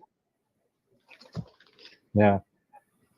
I think when his first interview, you got to admit, his first few interviews were really calm. The one on, can't remember the names of their channels, but like, you know, he was on multiple channels, calmly talking. Both of them were. And yet the public was already angry with him before he became angry on a show, because that was definitely later. You got to admit, like his first 3 or 4, both of them. And I can tell you why. Because he said he hit Sebastian with a belt. That made people Which angry. interview? Which interview was that? It was the very first one I heard. With Okay. I can't remember. Smiley stories. I Yes, can try yes. to pull up a transcript at some point. yes, it was on the Smiley story, yes. That one. Okay. But Yeah, but once I mean, again, but here's the thing: there is a perception. See, look at There you when I go. was That's it. growing up. I just want to say this: when I was growing up, my mom spanked me with a belt, wooden spoon, everything, and she's the greatest mom I've ever. I mean, like just awesome. I didn't ever feel like it was abuse.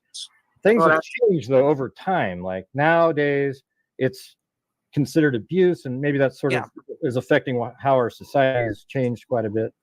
But Thank it's you. like, Yes. but the thing is it used to be totally normal, and it is still sort of normal in some families. As long, if you're not sitting there just wailing away for hours, like creating the bruises, like Chris was saying, it's just sort of. I think it's sort of normal for a lot of people in society.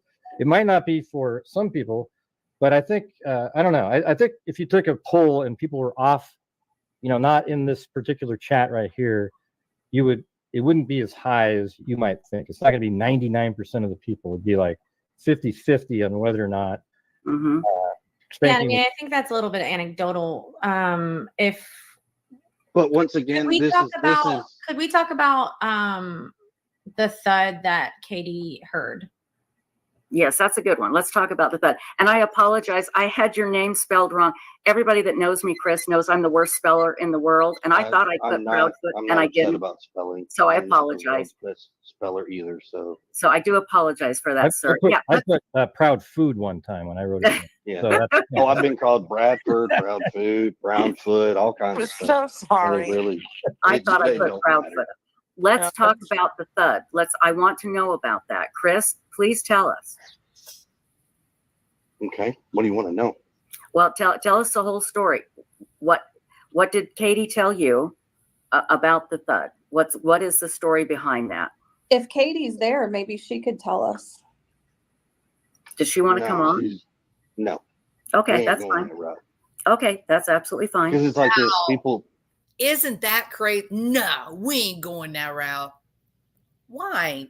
Sebastian is her child, not yours. It's enough as it is. I'm not putting her through this. And I'm sure that right there is going to cause a big stir and say, well, I'm controlling. No, I'm not controlling. I'm a husband who protects his wife.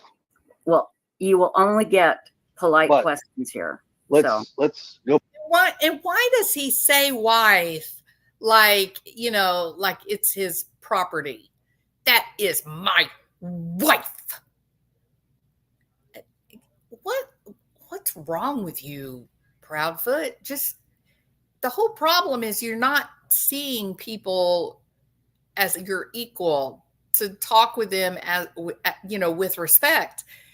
You somehow think you're like the big boss who's making all the rules for everyone. Go back to the Sebastian deal. Okay. Katie reported she heard a thud. And that's it. But didn't she knock her ask? off and go to bed? I've seen different reports of she heard a thud. She said, I don't know what you're doing in there, but you need to go to bed. I've seen other reports that Sebastian responded back to her. If he did respond back to her, do you know what he said? Yeah, he replied, yes, ma'am. Okay. We're clearing things up. Right. That's all this is. Let's just clear it up, There was a noise. Katie heard it. She responded. Sebastian answered. Okay. And see, people out there, they want to help. And it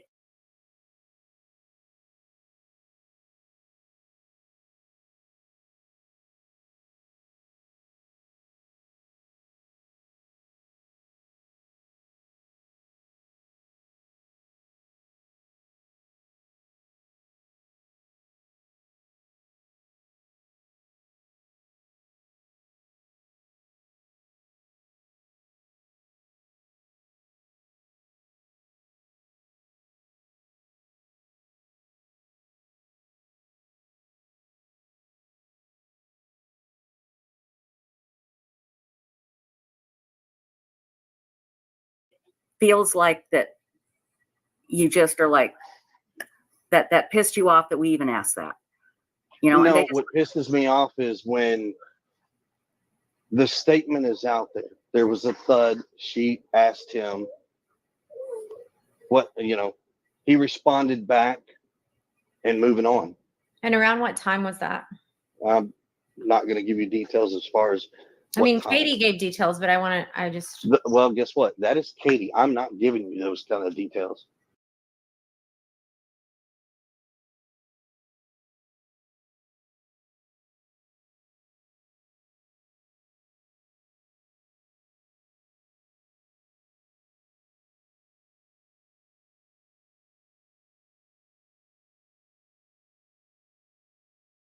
no, she gave details publicly. That is fine. Okay. Katie can give you that. I am not giving you that information.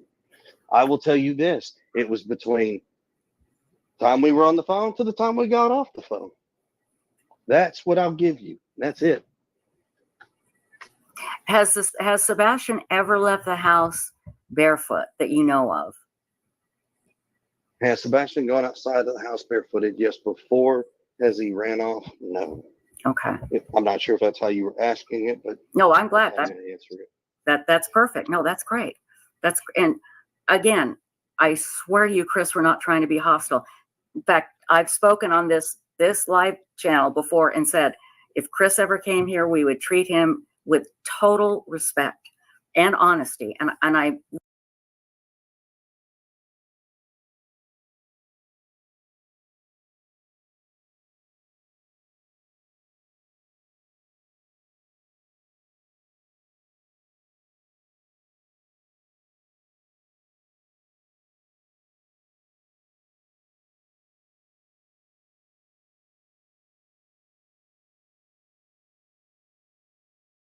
really am trying to help because I want people to get behind you and Katie, Chris, because I want people to help find Sebastian.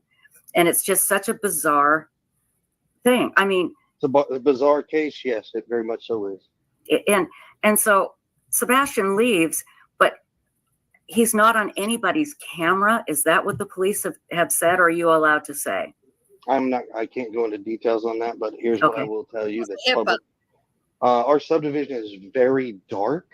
Mm-hmm.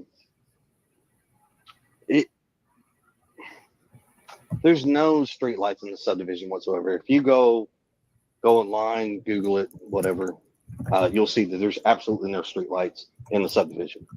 None. Right. Possibility that some cameras may not pick up somebody walking in front of. Okay. That would be the only thing that would make sense, really. Right. So well, he even told me, I remember when he told me that like even some detectives didn't show up on the cameras. Yeah, but they were in the backyard. Yeah. Right? Well, there you go. They were That in makes the perfect backyard. sense then. trust me, for everyone out there that, cameras will pick up and all this. No, I promise you, not all cameras have the best quality. You see a dip on a house. Okay, so it was so dark that it is logical to conclude that the cameras that Sebastian would have walked by, did not pick him up. And that's something that is logical that people can accept. Absolutely. I think this is a good question. I don't accept it, Trisha. Here's the reason why. Maybe walking through the neighborhood itself, it's too dark. But most new cameras, they do have infrared. Most new cameras, there would be movement. Okay, but let's just say all these very wealthy people, they just are all out of money because they have to pay those big old fat mortgages. And so they have to buy terrible, awful, old school cameras. Okay. Eventually, he has to leave the neighborhood.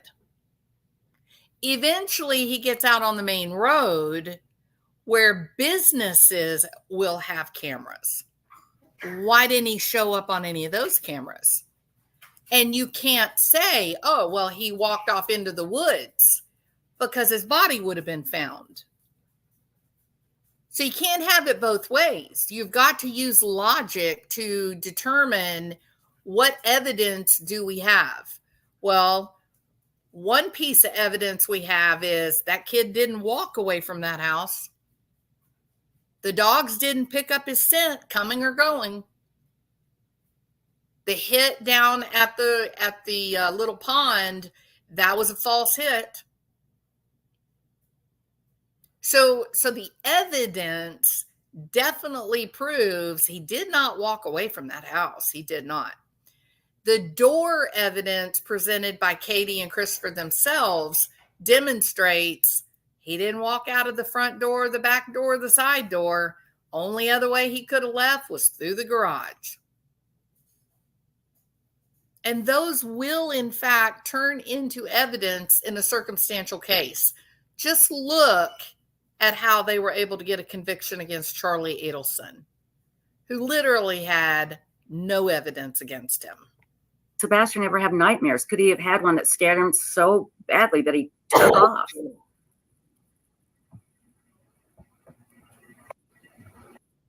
He's been, but that's been his whole life. That's not just been like a segment. I'm pretty sure, I believe Seth has even mentioned this before as well.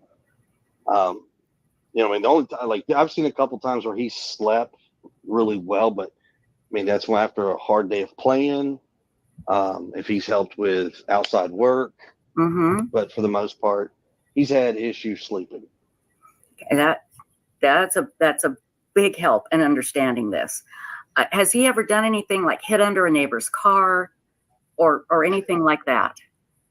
Well, I'm going to say we have never seen anything like that. There's been somebody that has said something to that effect, but I'm not going to sit here and say for a fact, yes, he has. Okay. Like I said, I don't have an answer for that. I got a question. I got one for you. Do you think it's possible that he could have left in the evenings on other nights, like at 1 a.m, and came back through the front door and nobody would have known? Like on other, like let's say a dry run, for example, like he got up in the middle of the night at 1, went out the front door and then came back in and nobody would have known, right? Because you don't have a camera and he knows. Not that I'm aware of. Kid on the spectrum not that is going Katie to is do a aware dry of. run, Gray. I will say this, and this is for the record. I'm not going to tell you what he does and doesn't do at his father's house. Those are two separate houses at his father's house. Okay. That is something that we've all had mutual respect on, all the parents together. Can you answer, was he planning to go live with Seth? Yes. Okay. And was he excited about it?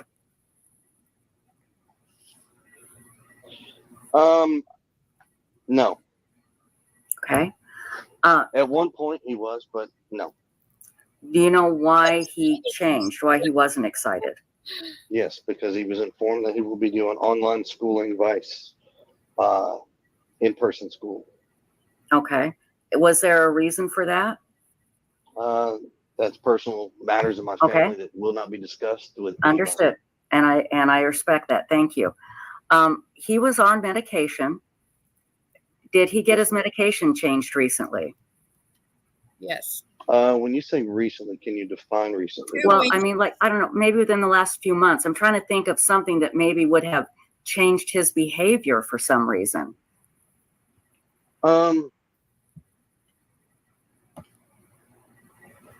It's really hard to say yes or no to that, just because he goes and sees his doctors, and then in there they will talk about his medication and things if they want to change or if it needs to change.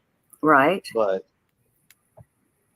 as far as I know, I'm not I didn't see any difference, but. And is it, and again, this is just something that people want to know. Is it common for you and Katie to talk as long as you did that night? Sure. Okay. Seth is here. I've asked him to join us. Insightful One, if Seth jumps on, can you please put him on the screen, because I can't because of my computer. Right. I got it.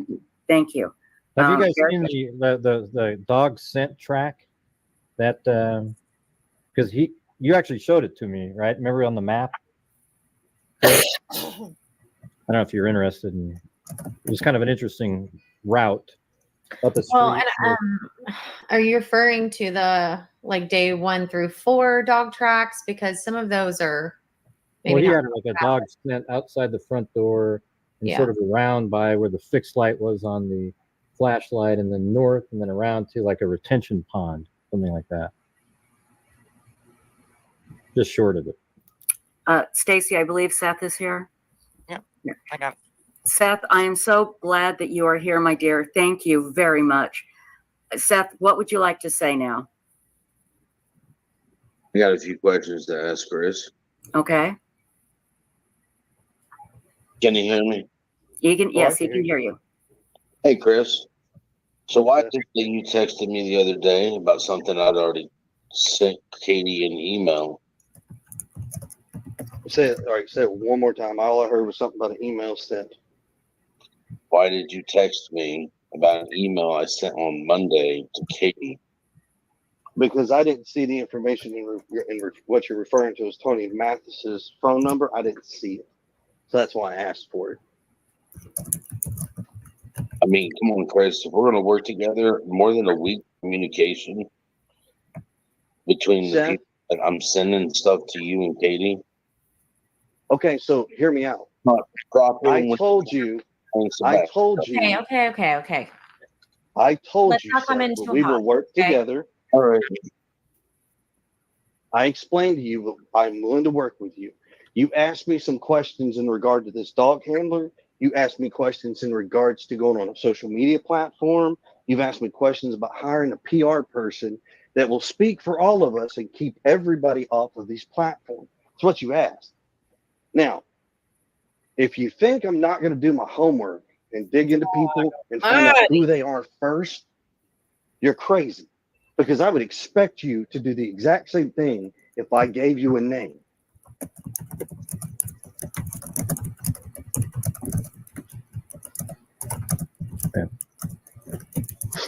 I don't know what's going on, but did that solve it? I hope. Oh, Seth? is Seth gone? It looks like he's Uh-oh. I think, wait, is this Seth? Did Seth jump off? Let's see. We've got me, Stacy. Yeah. How about It looks like he fell I'll off. get off the panel. I'm sure that'll make a lot of people in the chat happy. But I just wanted Oh, stop it. I just wanted to say that, you know, I understand what I've seen from the beginning is that there was sides chosen. Now I know you're saying because of this and because of that, but it was Seth good, Proudfoot's bad, and everybody has been in those camps, and they never really got a chance to breathe, and that's probably why Katie went to be with him, because she probably was scared to stay at home by herself, given these lunatics like JLR and et cetera running around chanting and screaming. It's insane. Oh, I agree. It's horrible. That's what I think. Yeah. Yeah. Chanting So And that's it just should not be that way. That's just kind of where I'm coming from. I appreciate communicating with him. We've had nothing but good conversations, and that's it. I mean, that's all I can do. And I've never seen anything that made me go, God, ooh, that's, you know, it's weird. I mean, I don't know. I watched the same things you guys have. It But is anyways, yeah, great. see you later, guys out there. Okay. See ya. Take care, Bye. Gray. Bye, Man, Gray. you know, see. Does anybody know where Seth went? I'm working on it. Okay, thanks. I do know. I think up in his area, he doesn't have like the greatest signal, because a lot of times when we talk, his You know what? phone, he will drop. Do you want to ask him if he wants to call me rather than go on the internet? Just call me on the phone, and I can put him on, and to be a really, really strong signal. I mean, it'll sound really good. Well, I think it's just like his cell signal up there is not the greatest. Oh, it's his cell. Okay. Yeah. But if he wants to, I mean, if he's on his cell phone, let me. Heather, if you want to give him my number, and Chloe has it, feel free. And he can, if it's better for him to call me rather than to jump online. I'm texting him. Okay, we can do that. So, hey guys, I don't want to talk about other creators in chat, so let's not do that. Okay. Yeah. So, Agree. yeah, let's just. I mean, I don't want to give them any. Right. So Airtime. let's get to our next question. Okay, next question. Let me take a look at my notes. Yeah, because I just wrote some things down. Have you had? And I may have asked this and I forgot, Chris. My mind is sometimes mush. Have you had search dogs inside the house and outside? Yes, ma'am, I have. Yes, I And- sure have.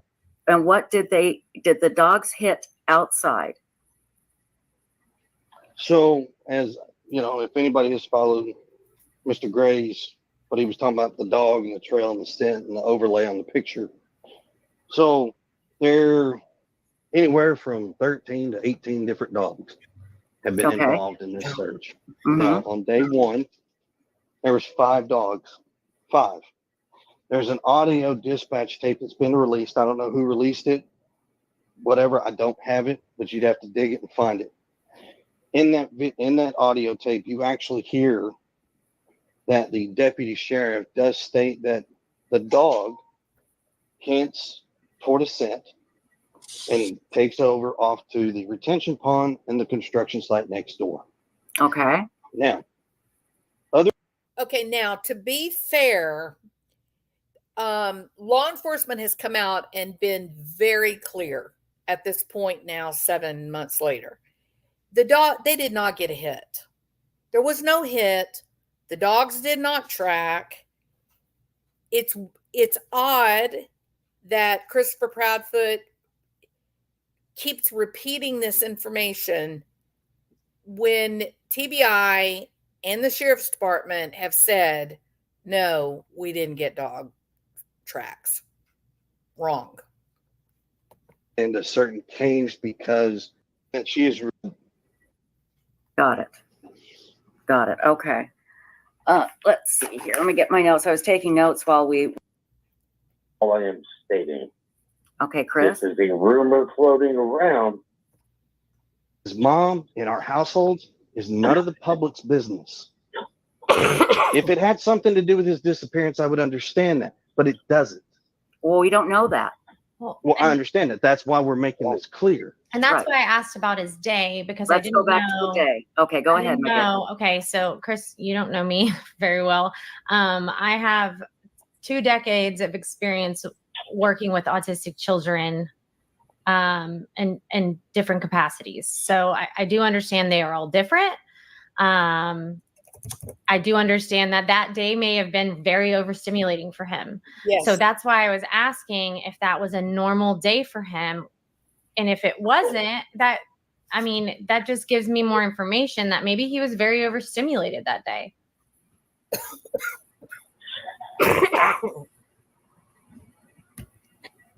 Chris. So, all right. So one more time. I'm so sorry. I was just saying, in my experience with autistic children, obviously they're all different. But if this was not a normal day for Sebastian on Sunday when he went and did all of these things, and it sounds like he was gone from home for a while, if this wasn't a normal day for him, would this have been an overstimulating day for him? Is this something normal? Does he normally go to BJ's and bowling and all of these things on a weekend? Or was this kind of like a special thing? And if it was a special thing, what caused it to be special? Was there an occasion? If it was a special thing, a mother and a son bonding and just having a good time. I'm not being ugly at all. I'm not. I'm making an I mean, is this a normal day for them on a weekend? For them to do all our days fluctuate. Monday through Friday, we're a working family, just like everybody else out there. And when the weekend comes, that's when you get a lot of stuff done. You go a lot of places, you do a lot of things. And a lot of times that's where, you go and spend time with your kids and do extra things. Sebastian's not in sports like most kids. So we don't spend ball time at the ballpark. Even talking about. When Seth has Sebastian on the weekends, he goes and does fishing and things like that with Sebastian just as well. I mean, Seth works long hours. I work long hours. And I'm not saying any of that is suspicious at all, Chris. I'm just asking if that was normal. Because if it wasn't normal and he was overstimulated, that could be a reason for him to have ran out of the house. No. Okay. He was not overstimulated. Okay, so that wasn't one of the possible reasons for him to leave. Here's what I'll say. Everything is on the table. Nothing has been taken off the table, period. That's the same statement law enforcement has made. That's the same statement I'm going to tell you every single day in and day out. Katie gave my son to your mother and father. I'm sorry, I shouldn't say that.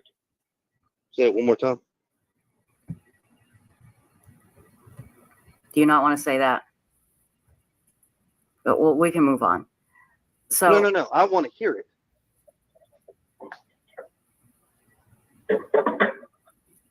There's a rumor out there, Chris, That that your mom and your dad have Sebastian. It's been brought up to me.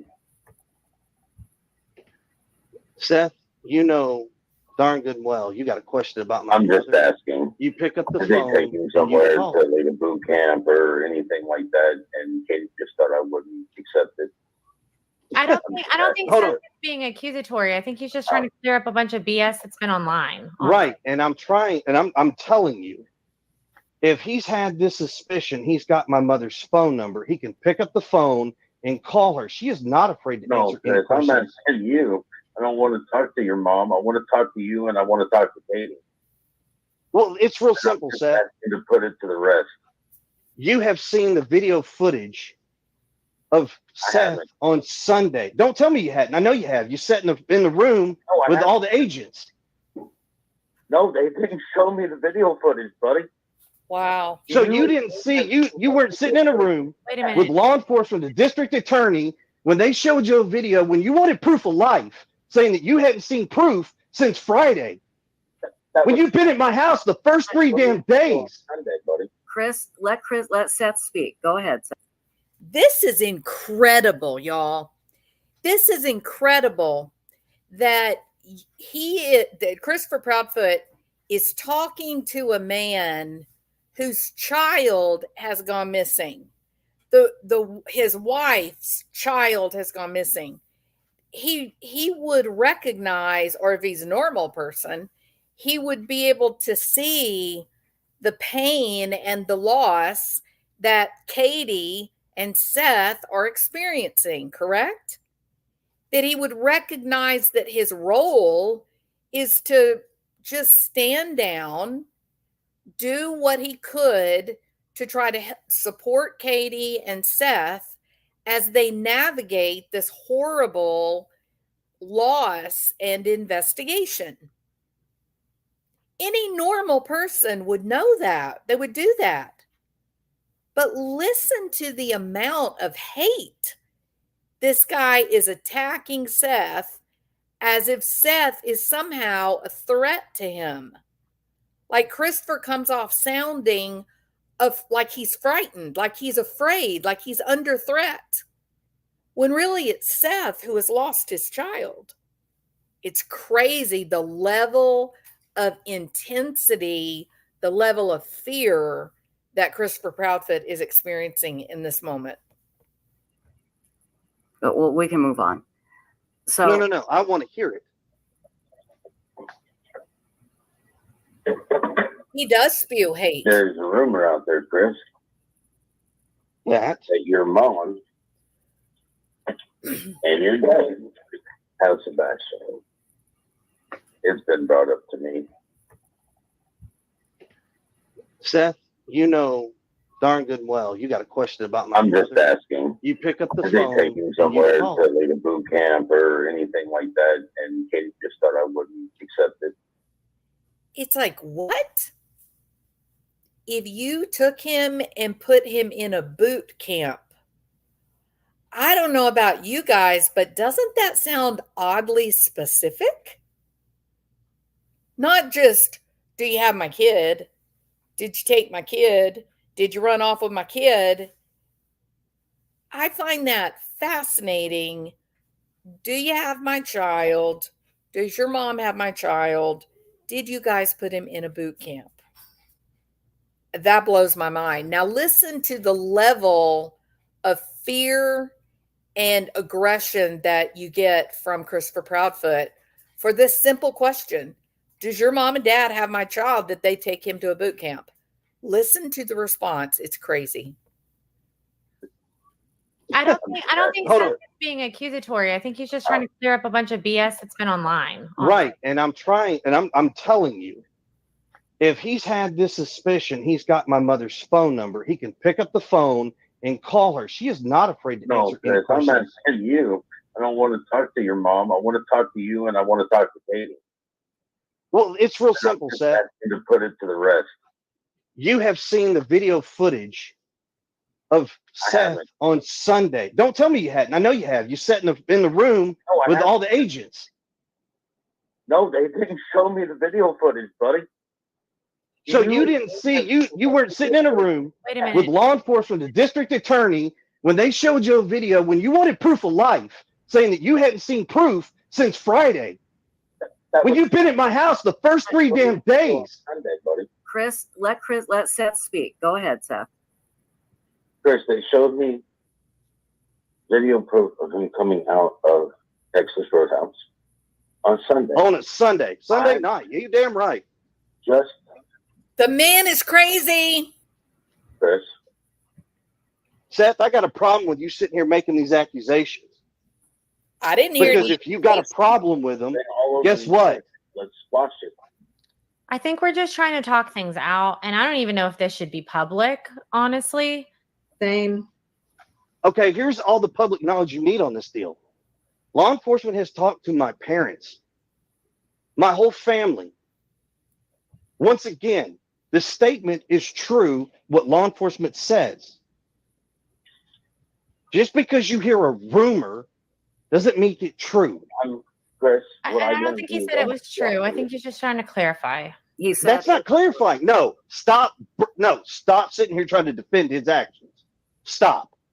Defend his actions.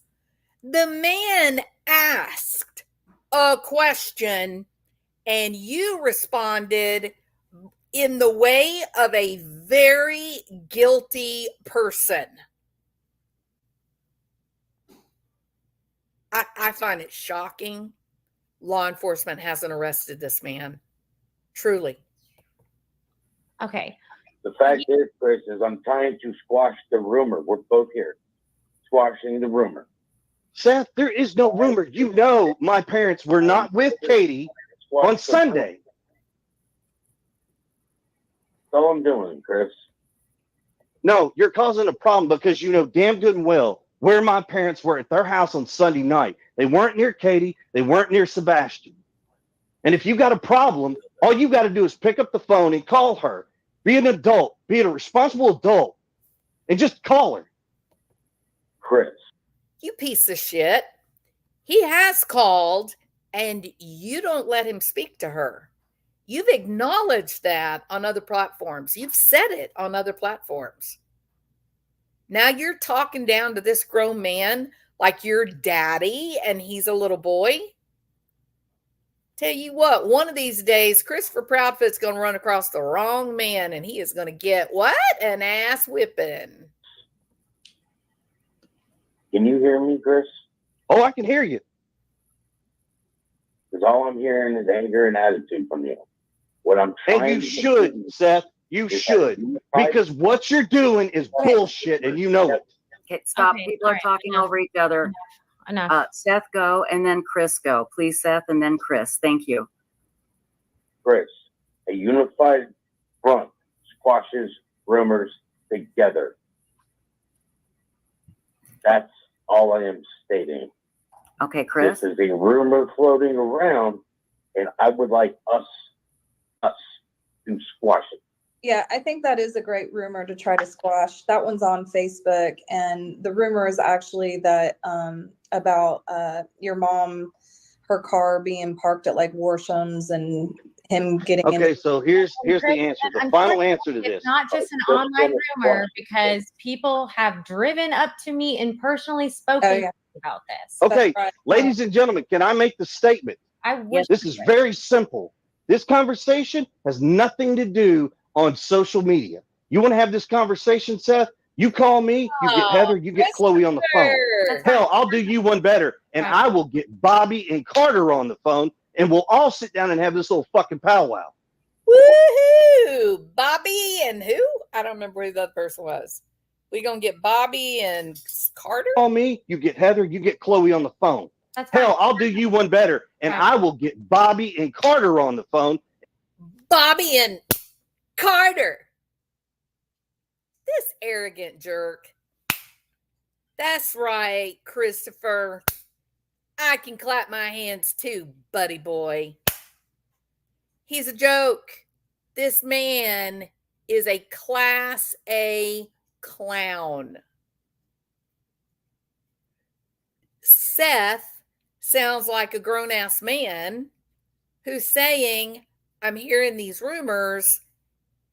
Can I get some verification? Christopher is responding like a scared little kid, screaming, yeah, don't say that. Don't talk about my mommy. You want to talk about that? You call my mommy. I'm going to call my mommy and tell on you.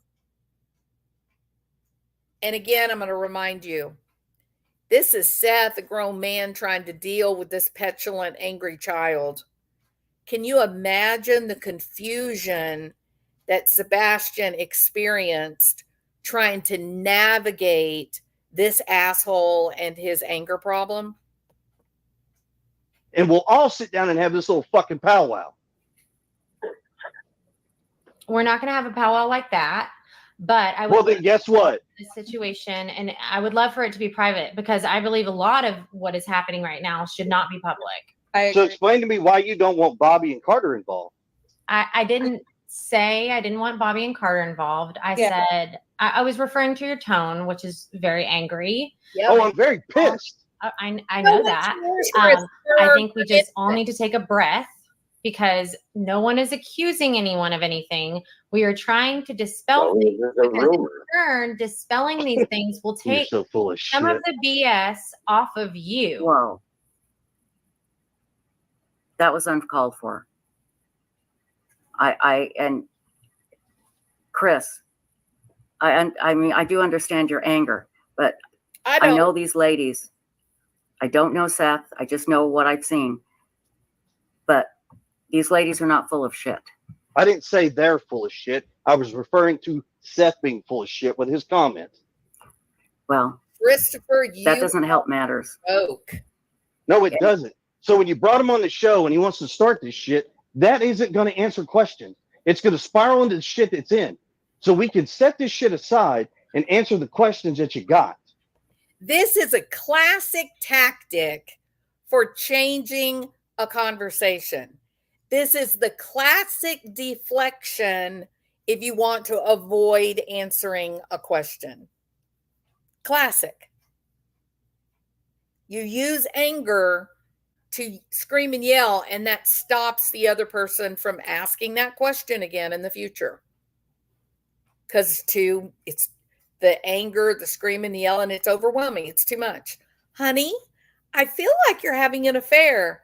I can't believe you said that to me. How dare you? You're a horrible person. And then that forever stops any more question like that.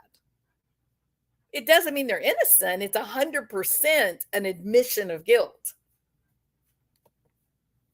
Okay. I would like to move on very quickly, but I will say the public opinion is not going to improve unless we can take a deep breath. That's exactly right. And I know you are frustrated. You have no idea what I'm I not am. saying I know You how don't. frustrated you are, but I know you are frustrated. And I am not saying that's not valid, but this is not helping. If it's not helping, then you shouldn't be talking about it on social media. But As a PI, you should have said, you know what? We're not going to answer that question. We're going to do that privately. That's where that should I have did went. say that actually several times. You And did. you can listen to that recording later. So let's move on to the next question. I just got to say one thing. You want the public's help. You want them to be behind both of you. And we need them to find Sebastian. Exactly. And it's a very good chance that somebody in the public And will find that's him. my biggest frustration is that we all collectively have to deal with all of this instead of focusing on Sebastian. Right. And it's a disadvantage to Sebastian. Really, it's sad because we're not any closer to finding him as long as we're all arguing like this. Yeah. And mods in chat, you're removing these comments, I hope, because I've been removing some too. And we've got extra people, extra mods in chat. Why are we Anything rude that said, they're Mr. banned, they're gone. Man, if he Okay. doesn't want people talking So about it, we'll get them out there as quickly as possible. And let me go through chat really quickly here to get some more questions here. You've been on here for many hours and I so appreciate this. I really, really do. So, Can Chris hear me? yes, you can. Can you, well, you can't throw us in a back room so we can talk real quick. I wish I could. I wish I had that ability, but I don't. I can take you both off and you can call him. Do you want to do that? Let's finish this first, and we'll do that after the fact. Let's get these questions out of the way. Chris, listen, you may not like my opinion, but when we got rumors out there, when you and I squash these rumors, then they stop being rumors and everybody just looks at the people who are spreading them that's like right. they are shit. 100%. I was not trying to upset you. I'm trying to squash these stupid rumors that are literally filling up my privatized email address, their inbox with crap. Which is crap. It's not helping Plain Sebastian, so if it gets squashed, then people will stop. Not everybody. Lord knows there's still going to be stupid people out there. But it will stop. It will, I mean, literally, it will stop.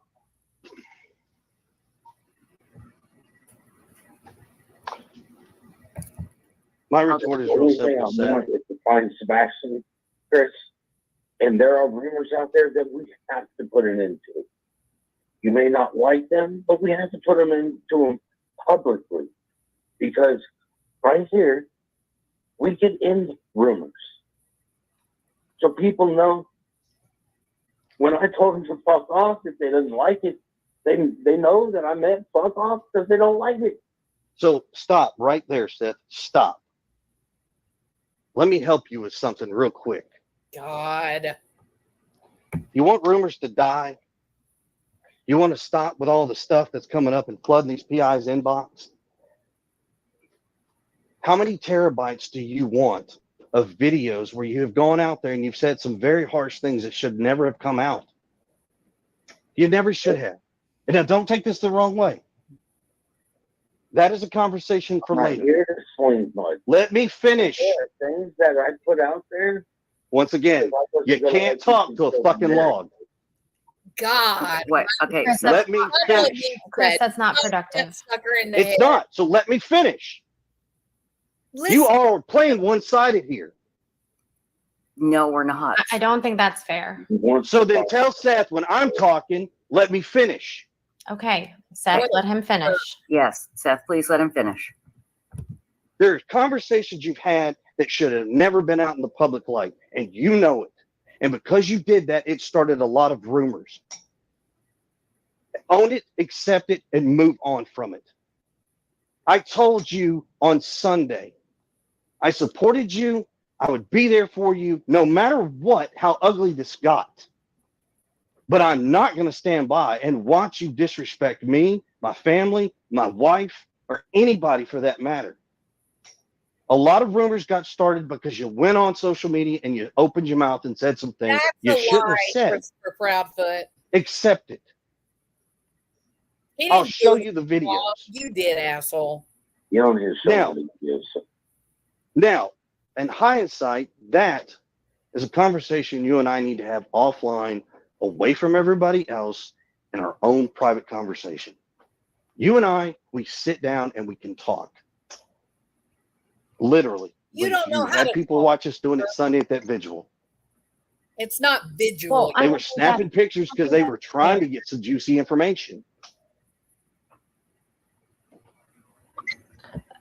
Trish, So let's answer. can we move on to the let's- question? Yes, please. Yeah, let's, there's a question here in chat, and I've heard this, and Chris, this is a good one I'd like to clear up.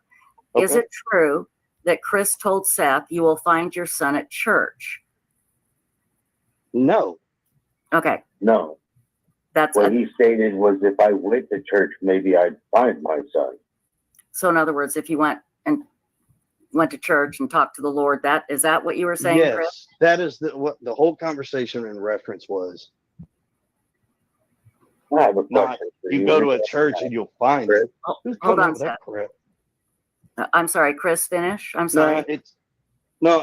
I'm talking because why I understand, I see where people got that, Right. but that is a conversation that Seth and I had privately. You know, I'm sorry, but we're not going to sit here and drag certain things into this. It has nothing to do with it. Yeah, because I you told look like Seth, an idiot. you know, basically we should all go to church. We should pray. That's exactly what it was in You reference seem to. like a really godly guy. Understood. Seth, go ahead. It's your turn now. There's a better way to say it, Chris. Okay, and that's For semantics. you to think Let's that I not- don't go to church. No, it's not Seth, semantics. I didn't say anything about you not That's going to church or semantics. going to church. Can we Is go that to the what next defines question? Sebastian? No, it's not. Can we Okay. move to the next question? All right, thank you. Okay. How about this? Because you guys have been on here for almost 3 hours, and I really appreciate it. And I do think Chris and Seth need to talk off air. Let's talk about what we do know. We do know, and this is how we started out the live stream. We do know that Sebastian was last seen publicly at Texas Roadhouse on Sunday. We know he was seen on camera taking out the garbage at some point. Correct. We know that there is a possibility that the cameras did not pick up Seth leaving the house because it was so dark. Sebastian, not I'm Seth. sorry, what did I say? I'm sorry. You I'm so said tired. Seth. Seth, I'm sorry. Yeah, you're not missing Seth. You're right here. Sebastian. I'd like to be missing. Yeah, I understand. I hear you. Sebastian was not seen, a possibility that Sebastian was not seen leaving the house because it was too dark. Okay? There were certain scent dogs that hit on Sebastian. There were 3 of them that went down to the retaining pond. According to Chloe, that retaining pond has been searched. It was actually been drained and it has been walked and searched. Okay, so that's good. Hours before he went missing, I think that's all we know for certain. Now, I want to ask all of you, what is the next step? Chloe and Heather, I'll go to you 2 first, and then I'll go to the two gentlemen. I'm sorry, my dog was barking. What did you say? That's okay. I said, what is the next step? What is the next step for you? What is the next step for the public? What would you like us to do? What do you think you guys are going to do? Well, for us right now, we are really focused on getting Q in. Chloe and I are working on a report and some maps to try to give them an idea of areas that need to be searched or researched. And I think really the next big step is getting us all on the same page and working to step in that direction. Chris messaged Chloe and some of the things that he cleared up with me, I wanted to make sure she was aware of. Mm-hmm.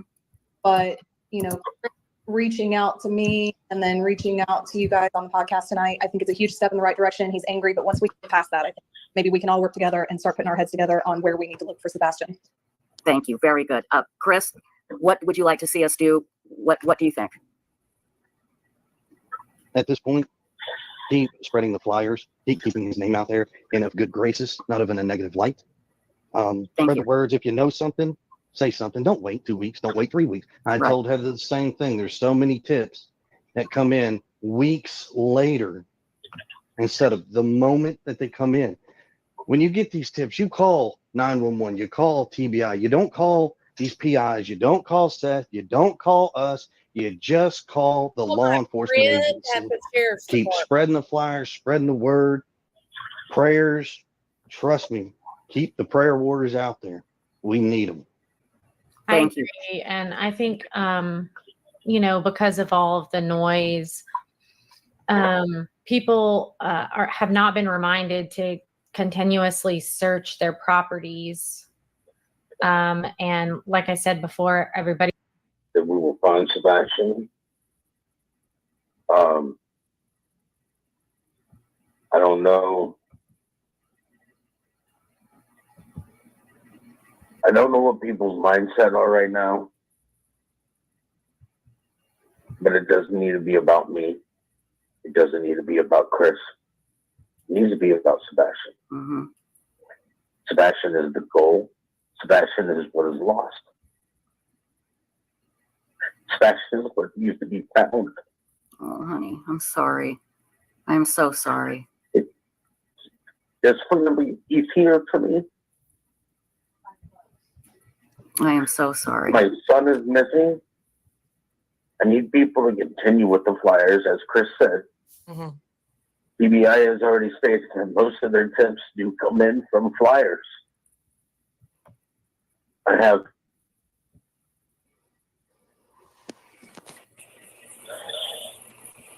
Okay.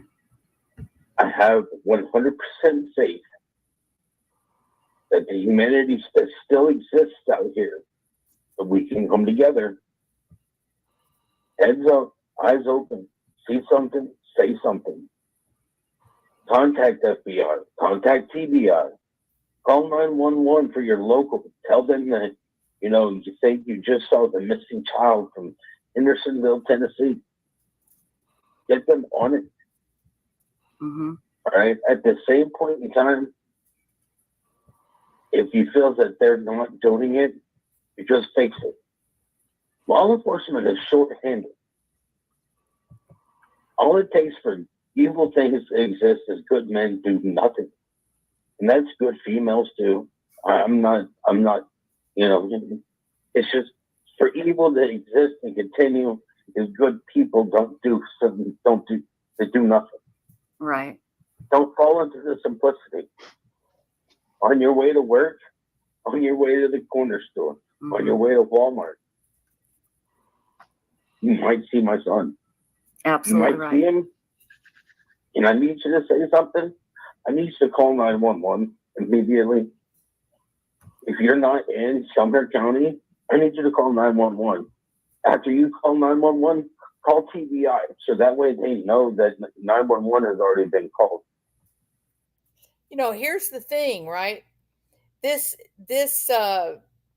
live, when all of this was taking place, that was like May, right? When this was all recorded. You can hear this man's voice. You can hear beyond a shadow of a doubt. You can feel the pain, the fear, the loss, the confusion. It's so real, right?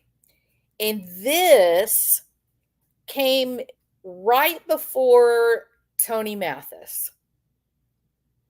In fact, if you listen carefully during this live, Christopher Proudfoot says something like, you want me to talk about a spokesman, yada, yada. That was right before Tony Mathis came on board. Y'all remember that? And when Tony comes on board, that changed everything. Christopher Proudfoot suddenly became a relaxed, happy guy.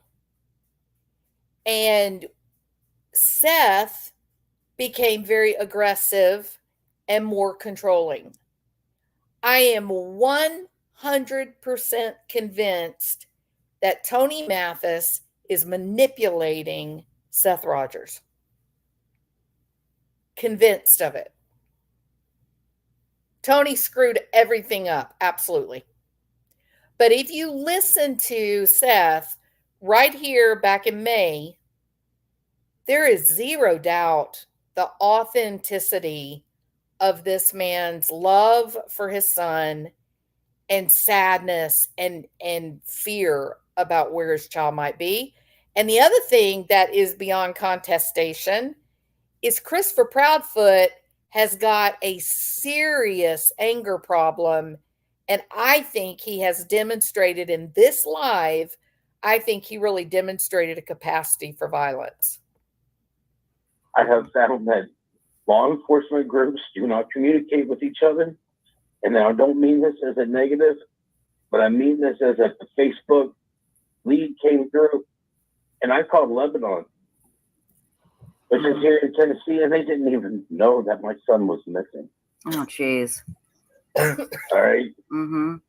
I would second that with Seth. There's a lot of people out They there don't communicate. that don't know locally. Right. Yeah, I think Christopher They Proud don't communicate and they need to. They absolutely need to. Well, I'm not saying communicating. I'm just agreeing It's a that he is short-handed. saying that there's a lot Not of everybody folks. gets the information that is necessary. Mhm. Somebody forgets to do a pass down, and the next officer on duty doesn't get the information that he needs. So he doesn't even know. It's not his fault. The officer before him could have been working a 16, or have even been working more than a 16, which is illegal. But we still have to have law enforcement out there. Mm-hmm. Right. I just need everybody to work together. The rumors are killing it. The rumors are killing people's time. And that's the one thing Sebastian doesn't have. Right. So if you've already called TBI with your information, but you think it might be a rumor, if you heard it from Joe Blow down the fucking road, you're not helping find my son. You're part of the problem. People out there listening that are doing the death threats, I don't see you at my door. You're going to sit there and pick on people. You're a coward. You are a coward. And if somebody has my son, understand that I love him and I need him back. Mm-hmm. I need him back. Not that I want him back, it's I need. Because my life has stopped. Because Seth, my son is not here. And I find it hard to function. can you ladies get him a a hold? regular life without my son here. I'm sorry, Chris. Seth. What did you say? Go ahead, Chris. Right. Seth, I know what you're doing and I understand the plea, but hang tight, man. You and I need. And I'm going to tell you why I think that Christopher interrupted Seth here and took back the attention of everybody. Now the attention is back on Christopher because Seth is coming across as very, very sincere and very, very sympathetic. Do not underestimate Christopher Proudfoot. This is a highly manipulative man, and he has an agenda that I don't think is working in concert with Seth's. We need to get off his panel. You, me, Katie, PIs need to get on a phone call. Absolutely. Not on here. Our message is simple. Find Sebastian. You see it. You say He's a disgusting human being. I can't listen to another moment. All right. Yeah, exactly, Pamela. So many people said in that moment, listening to Seth, they were literally brought to tears. Like Seth had them, right? And Christopher realized it. He jumped in. He took back attention away from Seth and then said, dangled Katie like a carrot. Hey, Seth, let's do a private phone call, me and you and Katie, knowing that he hasn't been able to talk to Katie about their missing son. Think about it. Christopher Proudfoot's a dangerous guy, in my opinion. Yep. All right. Listen, guys, it's 7:30 on a Saturday night. Your favorite YouTubers are about to get fired up and ready to do their big Saturday night shows. Thank y'all so much for hanging out with me today. 4 hours we've been at this. It has been so much fun. Sweet Tea, thank you so much for the super sticker. You are such a good friend and such a great supporter of the channel. I get very excited when I get a super chat or a super sticker because it doesn't happen very often. And yet you very, very often do super sticker or super chat. So thank you, thank you, thank you. Everybody, please thank Sweet Tea for being so sweet. All right. And I don't know, what are we gonna, oh no, thank you, Sweet Tea. You're definitely the one doing me a favor. So being able to hang out with you today and talk and chit chat, it's been great. It's been really, really great.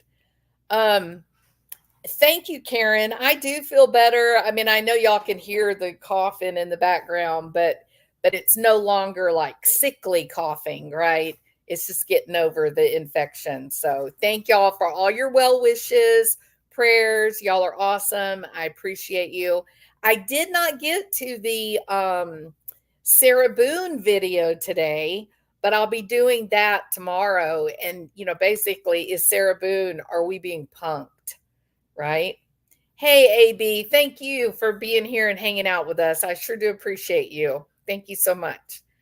All right. I don't know where we're going to go. What channel are all of you going to go to? What are we going to watch tonight? Any ideas? Of course, I'll be looking for Sebastian investigation information, right? Brittany J is live. There you go, Pamela. That is my favorite channel to go to. Yeah. All right, everybody. You guys have a great evening. I'm going to head over to Brittany J's with Pamela, and I will see all of you guys. Good night, Sweet Tea. Thank you for being here. And I'll see y'all tomorrow. We'll talk about Sarah Boone and whether or not we are being punked.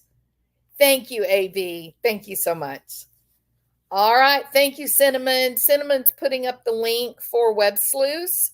This interview that we listened to from May, this is actually a Web Sleuths video. So I did skip through quite a bit of it. So if you want to go back and listen to it from start to finish, there is the link. And be sure, obviously, to subscribe to Trisha and Web Sleuths. They do great work. All right. I just watched Into the Fire on Netflix. Was it good? Did you enjoy it? Maybe I'll watch a movie tonight. No, I'm going to go over to the live and listen to Brittany. All right, everybody. Y'all have a wonderful, wonderful evening. It was good to see you, Cinnamon. Thank you so much. All right, everybody. Y'all have a good evening. See you tomorrow. We'll do some talking about Sarah Boone. Talk to you later. Bye.